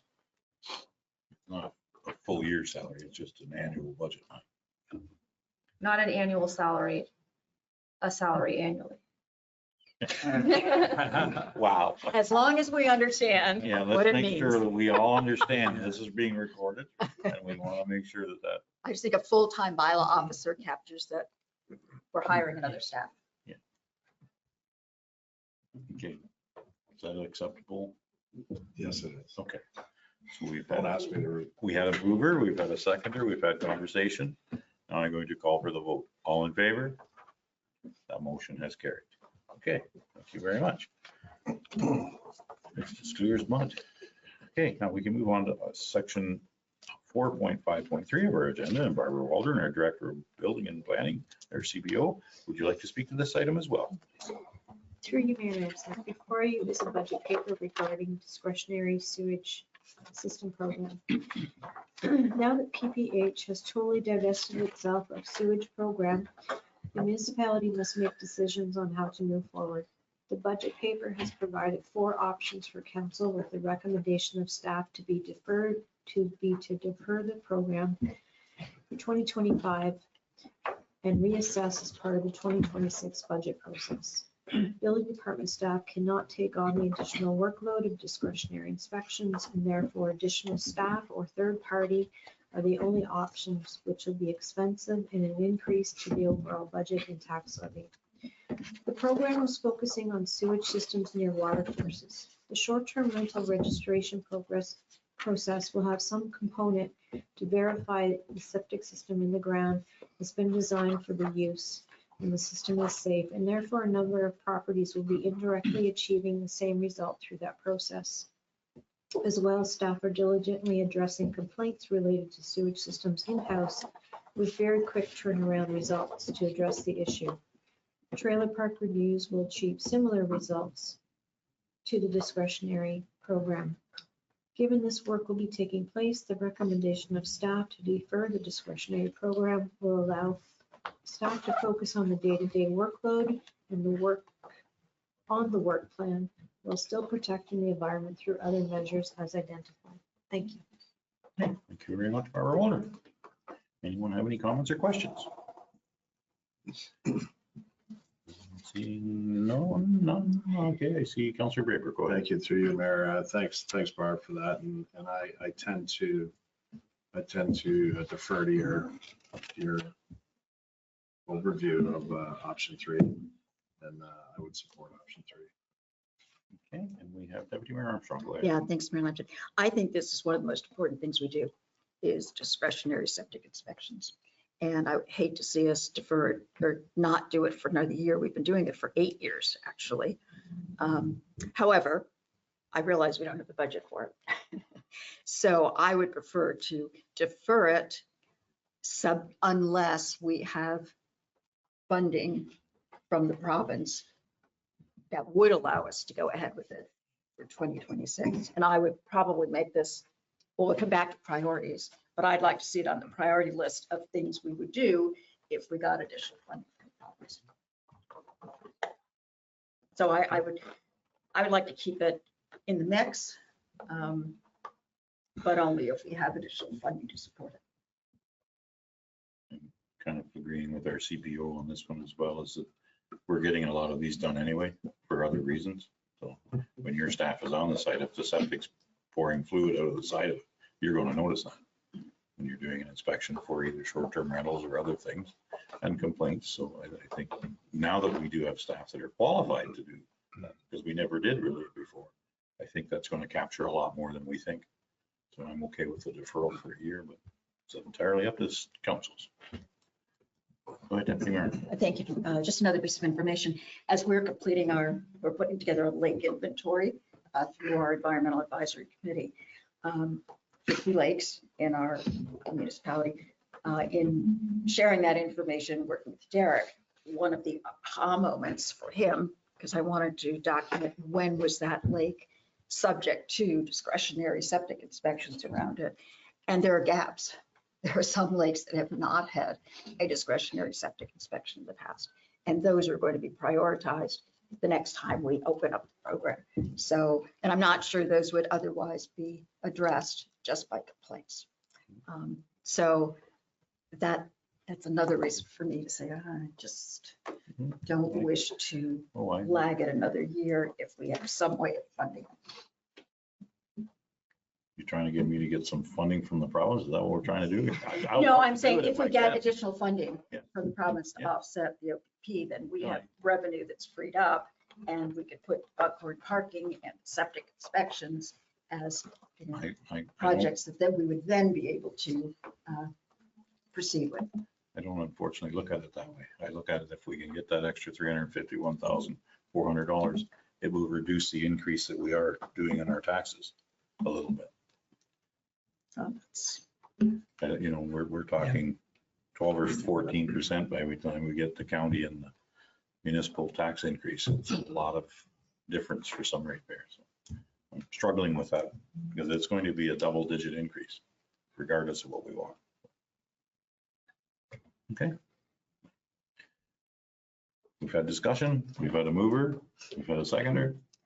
No, No seconder yet? No, we haven't even had a mover yet. Go ahead, Cal. Through you, Mayor, I'll make a motion to support option 3. Okay. I'll second that. Seconder of Councillor Franzen for a seconder.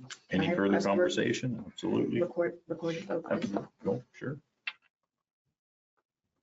It's out of my hands now. Are we ready for the vote? Absolutely. Deputy Mayor Armstrong, are you in favor? No. Councillor Braybrook? Yes. Councillor Cadigan? Yes. Councillor Franzen? Yes. Mayor Lee? Yes. That is carried. Okay. We can move on now to our next item on our agenda, which is fire and rescue. Anybody in need of a bio break before we keep going? It's starting to become a long morning. Yes. Are we? Yeah, okay. Maybe we should just take about a 5-minute recess just to, before we can. Someone that's been sitting here all morning waiting to make the presentation. Okay, 5-minute recess? Yeah, 5-minute recess.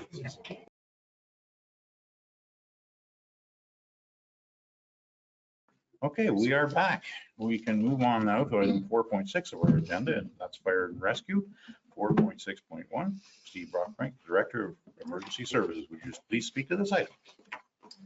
Thank you through you, Mayor, to council. I'll speak to the operating budget.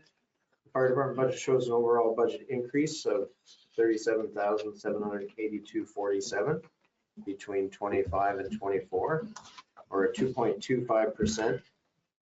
This is due to the last payment and funding of Station 4. So as of this 24 budget year, Station 4 is paid off now. Excellent. Which was funded internally, which Donna spoke about earlier today.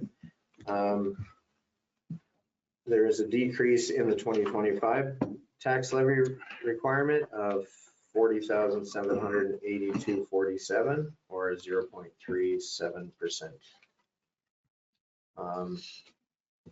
There's a couple changes in the operating budget with regards to labor and wages, which has been for everyone today.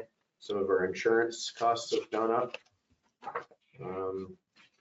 Our communication and radio budget has gone up 10,000 as our new paging system is underway that we spoke about at the beginning of the year. Dispatch fees have gone up another 10,000 this year as well. Through Peterborough Fire, but that relates, there's an annual increase, but that also relates to the new next gen 911, all the changes and implementations Peterborough has had to undertake. And a little bit on our breathing apparatus and equipment as it is getting older, so there's more repairs annually for servicing and testing. If there's any questions, I'd be happy to address them. Okay. Anyone on council have any questions of Chief Brockbank? I'm seeing none. We continually get compliments about your staff's performance. It's great to hear that you're doing a great job. Thank you. Okay. No comments, no questions? Okay. Thank you very much, Chief Brockbank. We can move on now to item 4.7 of our agenda, which is Public Works. 4.7.1 is Evan Grieger, our Director of Public Works. Would you like to speak to this item, please? Absolutely. Thank you, Mayor Lamstead. Through you, Mayor, to members of council, before you today is the Public Works operating budget. As Steve referenced before, his increase is about 2 or about 4% increase. Some of the things that are highlighting why the increase is a little bit higher. We are carrying the loans for the new builds, so the one at 49, it's within that. There's a 4% increase in wages specific to the union negotiations, plus there's a 25 cents plus 4%. That's how it worked out for the wages increase, so that's a little bit more than 4%. Another one just to note is the private road grant. That's $30,000. It wasn't included in this last year. That is this year program. I do have a report just a couple spots down. I'll speak a little closer to that about the private road grant. So that's the 30,000 there. And then just, as we get closer to the end of the year, we're continually monitoring where we have any remaining funds to be able to purchase things in 2024 prior to putting that on 2025. So one of the big increases that Public Works seen, I'm sure Steve has seen similar with fire trucks, is the cost of tires. Tires have gone up quite significantly in the recent years. So we're really trying to get to a better program. We've had some recent tire purchases that will be coming through, but it will allow for us to make some reductions on those vehicles that we're planning for 2025. So when you see the next draft come through, you will see some drops in some of the vehicles that were higher, just because we were able to find funds in this year. When you're doing your budget in September, you're unsure of where things are really going to go, but as you get to November, you get a better idea, narrowing in to see where you're going to land, so you can make some of those purchases in 24 prior to doing it in 25, so you can reduce that overall tax increase. Just to highlight the work plan, it's the same stuff for Public Works, winter we're plowing. Nobody really knows what kind of winter we're going to have. I mean, this fall has been pretty surprising and interesting. I mean, we really haven't had many cold days. Like, you look at what the weather was like this past winter or weekend for the Santa Claus parade, it was beautiful. We've had some cooler frost nights, but we haven't seen really snow sticking or anything like that. So I'm sure me saying that will bite me in the butt. Yeah, exactly. I'm not on the old wood. But no, that's one of the big things when you look at, especially the sand budget, your actual is quite low, but you don't want to reduce what your budget is because you never know what that next season's going to bring. And you would hate to reduce that budget significantly and then all of a sudden you're coming back halfway through the year they're saying, we do our sand budget. So that's one of the big pieces that it seems quite low and unused, but it's just the reality of what last winter is. It's something that we can continue to monitor trends, whether, down the road where they're seeing we're having more mild winters and stuff like that. What is that looking like? But what are the other concerns or things to balance with the milder winters? We're still going to get the cold. So sometimes it leads to utilizing more material because, you're getting more of that freeze thaw where, you get a +2 day, but then it's dropping to -10 at night. So you got to make sure you still apply because that's when you get that lovely black ice and stuff like that, just to ensure, resident safety. So that's the budget for us. If you have any questions, feel free to ask. The waste is sort of standard, and Matt's here to answer any questions like that. We've reduced some building maintenances and stuff like that. And one thing just to highlight too, we'll actually be able to increase. So one of our revenue was scrap metal. It's actually been a really good news story. Matt was able to secure a new scrap metal contract, and we were able to increase, I think last year, about 5,000, 6,000. This year, we got our first check was in the range of $25,000. So that's really encouraging to see. The actual process for them picking up the material was less burdensome on our guys and our equipment. So it was a really good process. Really well received. So we did a year contract. So now we can up that for a longer contract. It was one of those, is this too good to be true? And we didn't want to lock ourselves into like a multi-year deal and then end up screwing ourselves over, lack of better terms. So that's one of the big ones right now. The revenue is sitting at 15. So we're thinking we can bump that up as well. So there will be some slight changes within the public works operating budget, which I think might be good for Donna because, found money is always a good thing. Exactly, the magic one. Thank you very much, Evan. Anyone have any comments or questions for Evan? No, can't believe it. I have a comment. When you say you don't want to reduce that sand budget, a friend of mine tells me the same thing. I'd rather be looking at it than looking for it. Because if you're out of sand and no one can haul you sand, that's trouble for our communities. So thank you very much for keeping that in. Okay, anyone prepared to make a motion? We don't have a motion on this, sorry, my apologies. We don't need that yet. We can move on to, thank you very much, Evan. Can't believe no one has any questions. We can move on to 4.7.2 of our agenda, which is Matt Wingetz. Can you please speak to this item? Thank you, and through you, Mr. Mayor, I would like to request that council grant $18,000 annually in order to make the bulky plastics collection a permanent offering. It has been very well received by our residents, and it also allows us to divert some material from our landfill. In the past, it was funded by service delivery fees, but we're looking to have it be a regular thing with its own consistent funding. It is a costly program, but it offers the chance for residents to unload this kind of bulky waste that generally they would have to pay for. It's not a huge amount that they would have to pay, but it is something that people really appreciate, almost like a little bonus for the residents being able to drop this stuff off at no charge. So. Thank you very much, Matt. Anybody have any comments or questions? Go ahead, Deputy Mayor. Yeah, thanks, Mayor Lamson. Appreciate that we want to get away from using reserves to support these kinds of programs. However, this year I'd suggest we continue to take it from the service delivery grant. We've got $100,000 in here in that reserve budget.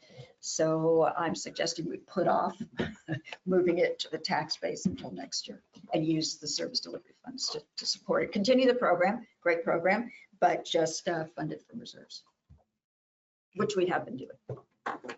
Thank you, Deputy Mayor Armstrong. That's not a motion. I can make that motion if you like. Any other? So we continue the program, but fund it for this year only from service delivery funds. Okay, and Councillor Cadigan would like to second it with a comment. Go ahead. Yes, I also would like to say that I support the program. I think it's great. Take your big chunk of plastic and not throw it in the dumpster for garbage to hopefully get it recycled. So keep up the good work. Okay, any other comments?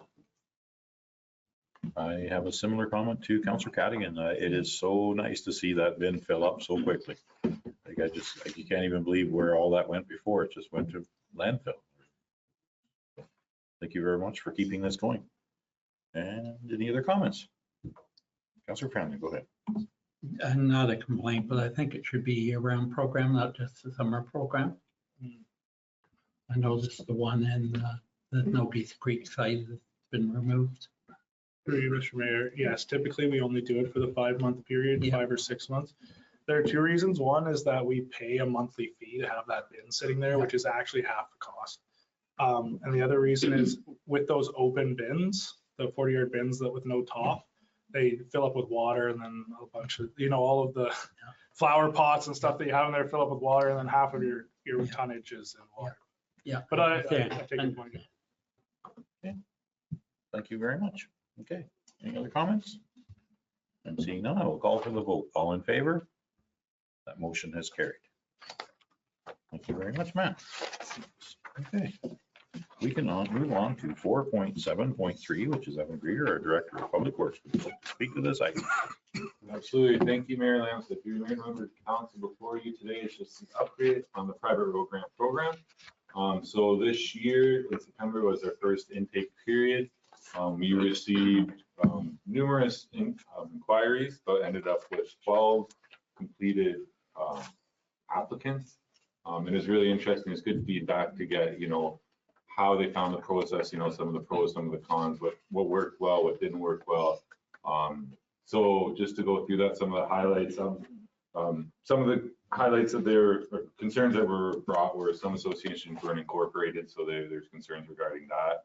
I believe in regards to that's sort of something that needs to be formalized. It just allows the municipality to protect themselves. There needs to be some sort of, anyway, you need to sort of, I get what you mean. Yeah, you want to sort of keep people accountable to a sense sort of thing, and that's sort of the best way. Just ensure that they are following some sort of process. They're having their meetings and stuff like that. Another one was the insurance. I think we heard that when we were doing the license of occupancy as well. But what we found in that, the majority of all the associations that were approved, so 12 of them all had insurance. So it's one of those things. It just depends how hard are you really trying, how bad do you really want it, sort of thing. So that was, we didn't really tell people that, but that's sort of the reality of it. That if people are getting insurance, that they can definitely, it's out there. There was some just concerns providing all the information, which I, completely understand. Some of these policy requirements were pulled from other municipalities. I don't need to know everybody's phone number, address, specifics, just give me a name and an address, just to ensure, this person is in fact on the fire sort of thing, but I don't need to be able to call them. And then just the amount of people on the fire. So we found that the 90% threshold seemed to be a little bit high. Whether it's a smaller association or not, the 75 seemed to be a better. I still feel that 75%, that's still 3/4.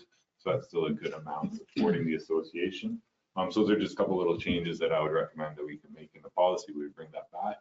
But we're just, requesting that you, I guess it's already been included, but just to give you an update on the policy where we're at.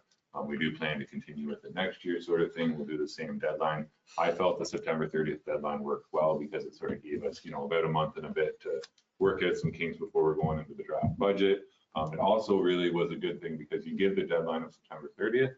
However, some of the associations didn't have all the information in at that point, so you could do some back and forth and stuff like that. So there was some chasing that needed to be done, but having it done September 30th instead of October 30th, you got a little more breathing room, where if you did it, say October 30th, you'd be a little more crunched, and that would be a harder deadline. So the September 30th, I found gave us a good buffer to, scoop up any loose ends, just to be able to find a complete application. Thank you very much for being cooperative with our rate there. Okay, does anyone have any comments or questions? Go ahead, Councillor Francis. Yeah, I certainly agree with all the reasons you've done, Evan. It all seems to make sense, and a program like this probably needs tweaking occasionally anyway. Okay, any other comments or questions? Councillor Braver, go ahead. Make a motion to receive and that council direct staff to amend policy 5.47 as written. Okay, thank you very much for the motion. Do I have a seconder? Councillor Cadigan for a seconder. Any other conversation? None, I will call for the vote. All in favor? That motion has carried. Okay, thank you very much. We can move on to 4.8 of our agenda, which is recreation facilities. 4.8.1, Dylan Kosh, our Director of Recreation Facilities. Would you like to speak to this item, please? Thank you, Mayor and Council. Before you have my operating budget, we have a spending increase of approximately 72,000 or 5.95% for a tax levy increase of 0.59% or $64,175.44. Also, within this, we found some revenue just this morning, realizing I had not included billing back to Selwyn for the baskets and barrels for the coming year for 2025. So in the update, you'll see approximately $5,000 under the Parks and Recreation recoverable line there. If there's any, we've got the same type of increases, labor and wages, the big chunk of it's a good news story, but the library kind of coming in at a 0% increase, that really helps the bottom line under my budget. Some outstanding items to talk about, obviously, is our community grant program, which council will see that in the new year. That is kind of something that tentatively is up in the air, but there is a figure included in there based on the policy. If there's any other questions about the operating budget, I'm happy to try to answer. Okay, thank you very much. No. Do you have any comments or questions? I see Councillor Braber. Go ahead. Thank you, through you, Mayor. Thanks, Dylan. So with the 5,000 from Selwyn, does that reduce from 12,000 down to 7? Through you, Mayor. You may be a little bit confused. The $12,000 for geranium barrels in the capital side, that was 2024 funds. It's said and gone. We're not buying any more barrels. It's just the ongoing costs of the purchase of the flowers and then the maintenance of them over the year. Yes, you're correct. I probably was confused. Sorry. That's fine. Thank you. Thank you. Thank you very much for your question. Anyone else have any comments or questions for Dylan? Okay, I'm seeing none. We can move on to item 4.8.2 of our agenda, which is Dylan Kosh, our Director of Recreation Facilities. Would you like to speak to this item? Sure. Thank you, Mayor and Council. This report is regarding the Buckhorn gazebo. You guys are all familiar with it. Lies adjacent to the Buck there that Council took over last year. In discussions with the BDTA, it appears that nobody is really caring for this asset anymore. It's been several years since it's probably been stripped and restained. There's some fairly, graphic graffiti on it earlier this year, and the garden was quite overgrown. So we did our best to get rid of the graffiti and kind of rejuvenize the garden a bit. That would, not be a big impact on the department over the year. But staff think it's in, the municipality's probably best interest in that being our gateway to the municipality, that our department take over the maintenance of that. So we have included in the budget, it's currently, as it was presented today, $10,000 to sandblast and restain the gazebo, as well as, the garden maintenance is fairly straightforward and just part of regular routine stuff, not anticipated to impact the operation at all with that. But that we would have to, we're waiting on an insurance number, I believe, still. So, through you, thank you, hot off the presses. Oh. They are not going to add anything to our insurance. There we go. Free 99. So you will see in my operations budget, there is $25,000 listed for the Buck and the gazebo. So $10,000, which was approved last year for the refurbishment of the Buck, due to some scheduling issues, I guess I would call it, with the contractor. We haven't got that done, so we're going to pull that over into the new year. Any unspent funds there. $10,000 for the refurbishment of the gazebo, and $5,000 for the purchase of the new plaque, which we did receive an insurance claim for. Canada Post lost our Buckhorn Buck plaque, so I ended up getting a check from them. Doesn't really replace the sentimental value, but at least we don't have to buy a new one of our own dime. So. Okay, that's an interesting issue. It was. Okay, does anyone have any comments or questions for Dylan on this item? Go ahead, Councillor Braber. Thank you, through you, Mayor. I think it's a well worth proposition, and as you mentioned, Dylan, it is sort of the gateway, and it is, there are a lot of things that we can do with that gazebo. As far as future lighting and that sort of thing, and feature it and that sort of thing, and especially coming up around this season, we could be utilizing it for some sort of decoration and that sort of thing. And I wanted to thank Councillor Franzen as well, looking after applying his craft to repointing the buck. And so thank you for that. Yes, absolutely. Thank you, John. Okay, Much appreciated. thank you. Did you have a question? Yeah, I Councillor just had a Franzen? Go ahead. comment, Dylan. You maybe realized that piece of plywood there and caulked around it so that it would be safe for the winter. I didn't know when the plaque would be available. That's through, Mayor. Thank you for that. That's good. Perfect. Okay, is anyone prepared to make a motion? No more questions. Better ask that. No more questions. Go ahead, Councillor Braver. I'll make a motion to receive and that council direct staff to assume the maintenance of the buck and gazebo property. Okay. Do I have a seconder for that motion? Councillor Franzen for a seconder. Any other conversation? Seeing none, I will call for the vote. All in favor? That motion has carried. Thank you very much, Dylan. Now we can move on to item 4.9 of our agenda, which is revenue. 4.9.1 is Donna Taggart, our CAO treasurer. Would you like to speak to this item, please? Thank you, and through you. This document just shows you the revenue in its total format. So all of this revenue is included in previous budgets that you've seen today. I just wanted to provide you a document that showed you everything in its entirety. So I don't have anything to add. That's a very big number. Thank you for the information. Anyone have any questions of Donna about the revenue? No, I'm seeing none. Okay, we can move on to item 5 of our agenda, which is the adoption of the confirming bylaw. Item 5.1 is the confirming bylaw. I would entertain a motion. Councillor Cadigan for a mover and Councillor Franzen for a seconder. Any conversation? I'm seeing none. I will call for the vote. All in favor? That motion has carried. We can move on now to item 6 of our agenda, which is adjournment. Anyone? Sorry, go ahead. Before we get to that, Mayor Lamson, Yes, I absolutely. think there's an outstanding question. If we do get relief from the province, how will we use that money? And we can certainly defer that until such time as we know how much it is. But I think we just need to acknowledge that Yeah, that's out there, and council will need, council will need to make a decision on that at the Yes. time. and So that's an important budget. Hopefully sooner rather than later, we know what's going to happen. So I will be having that conversation this Wednesday, I hope. Good. Do we need a That's separate good meeting point. for We need that, to- or how do we deal with that? So thank you, and through you.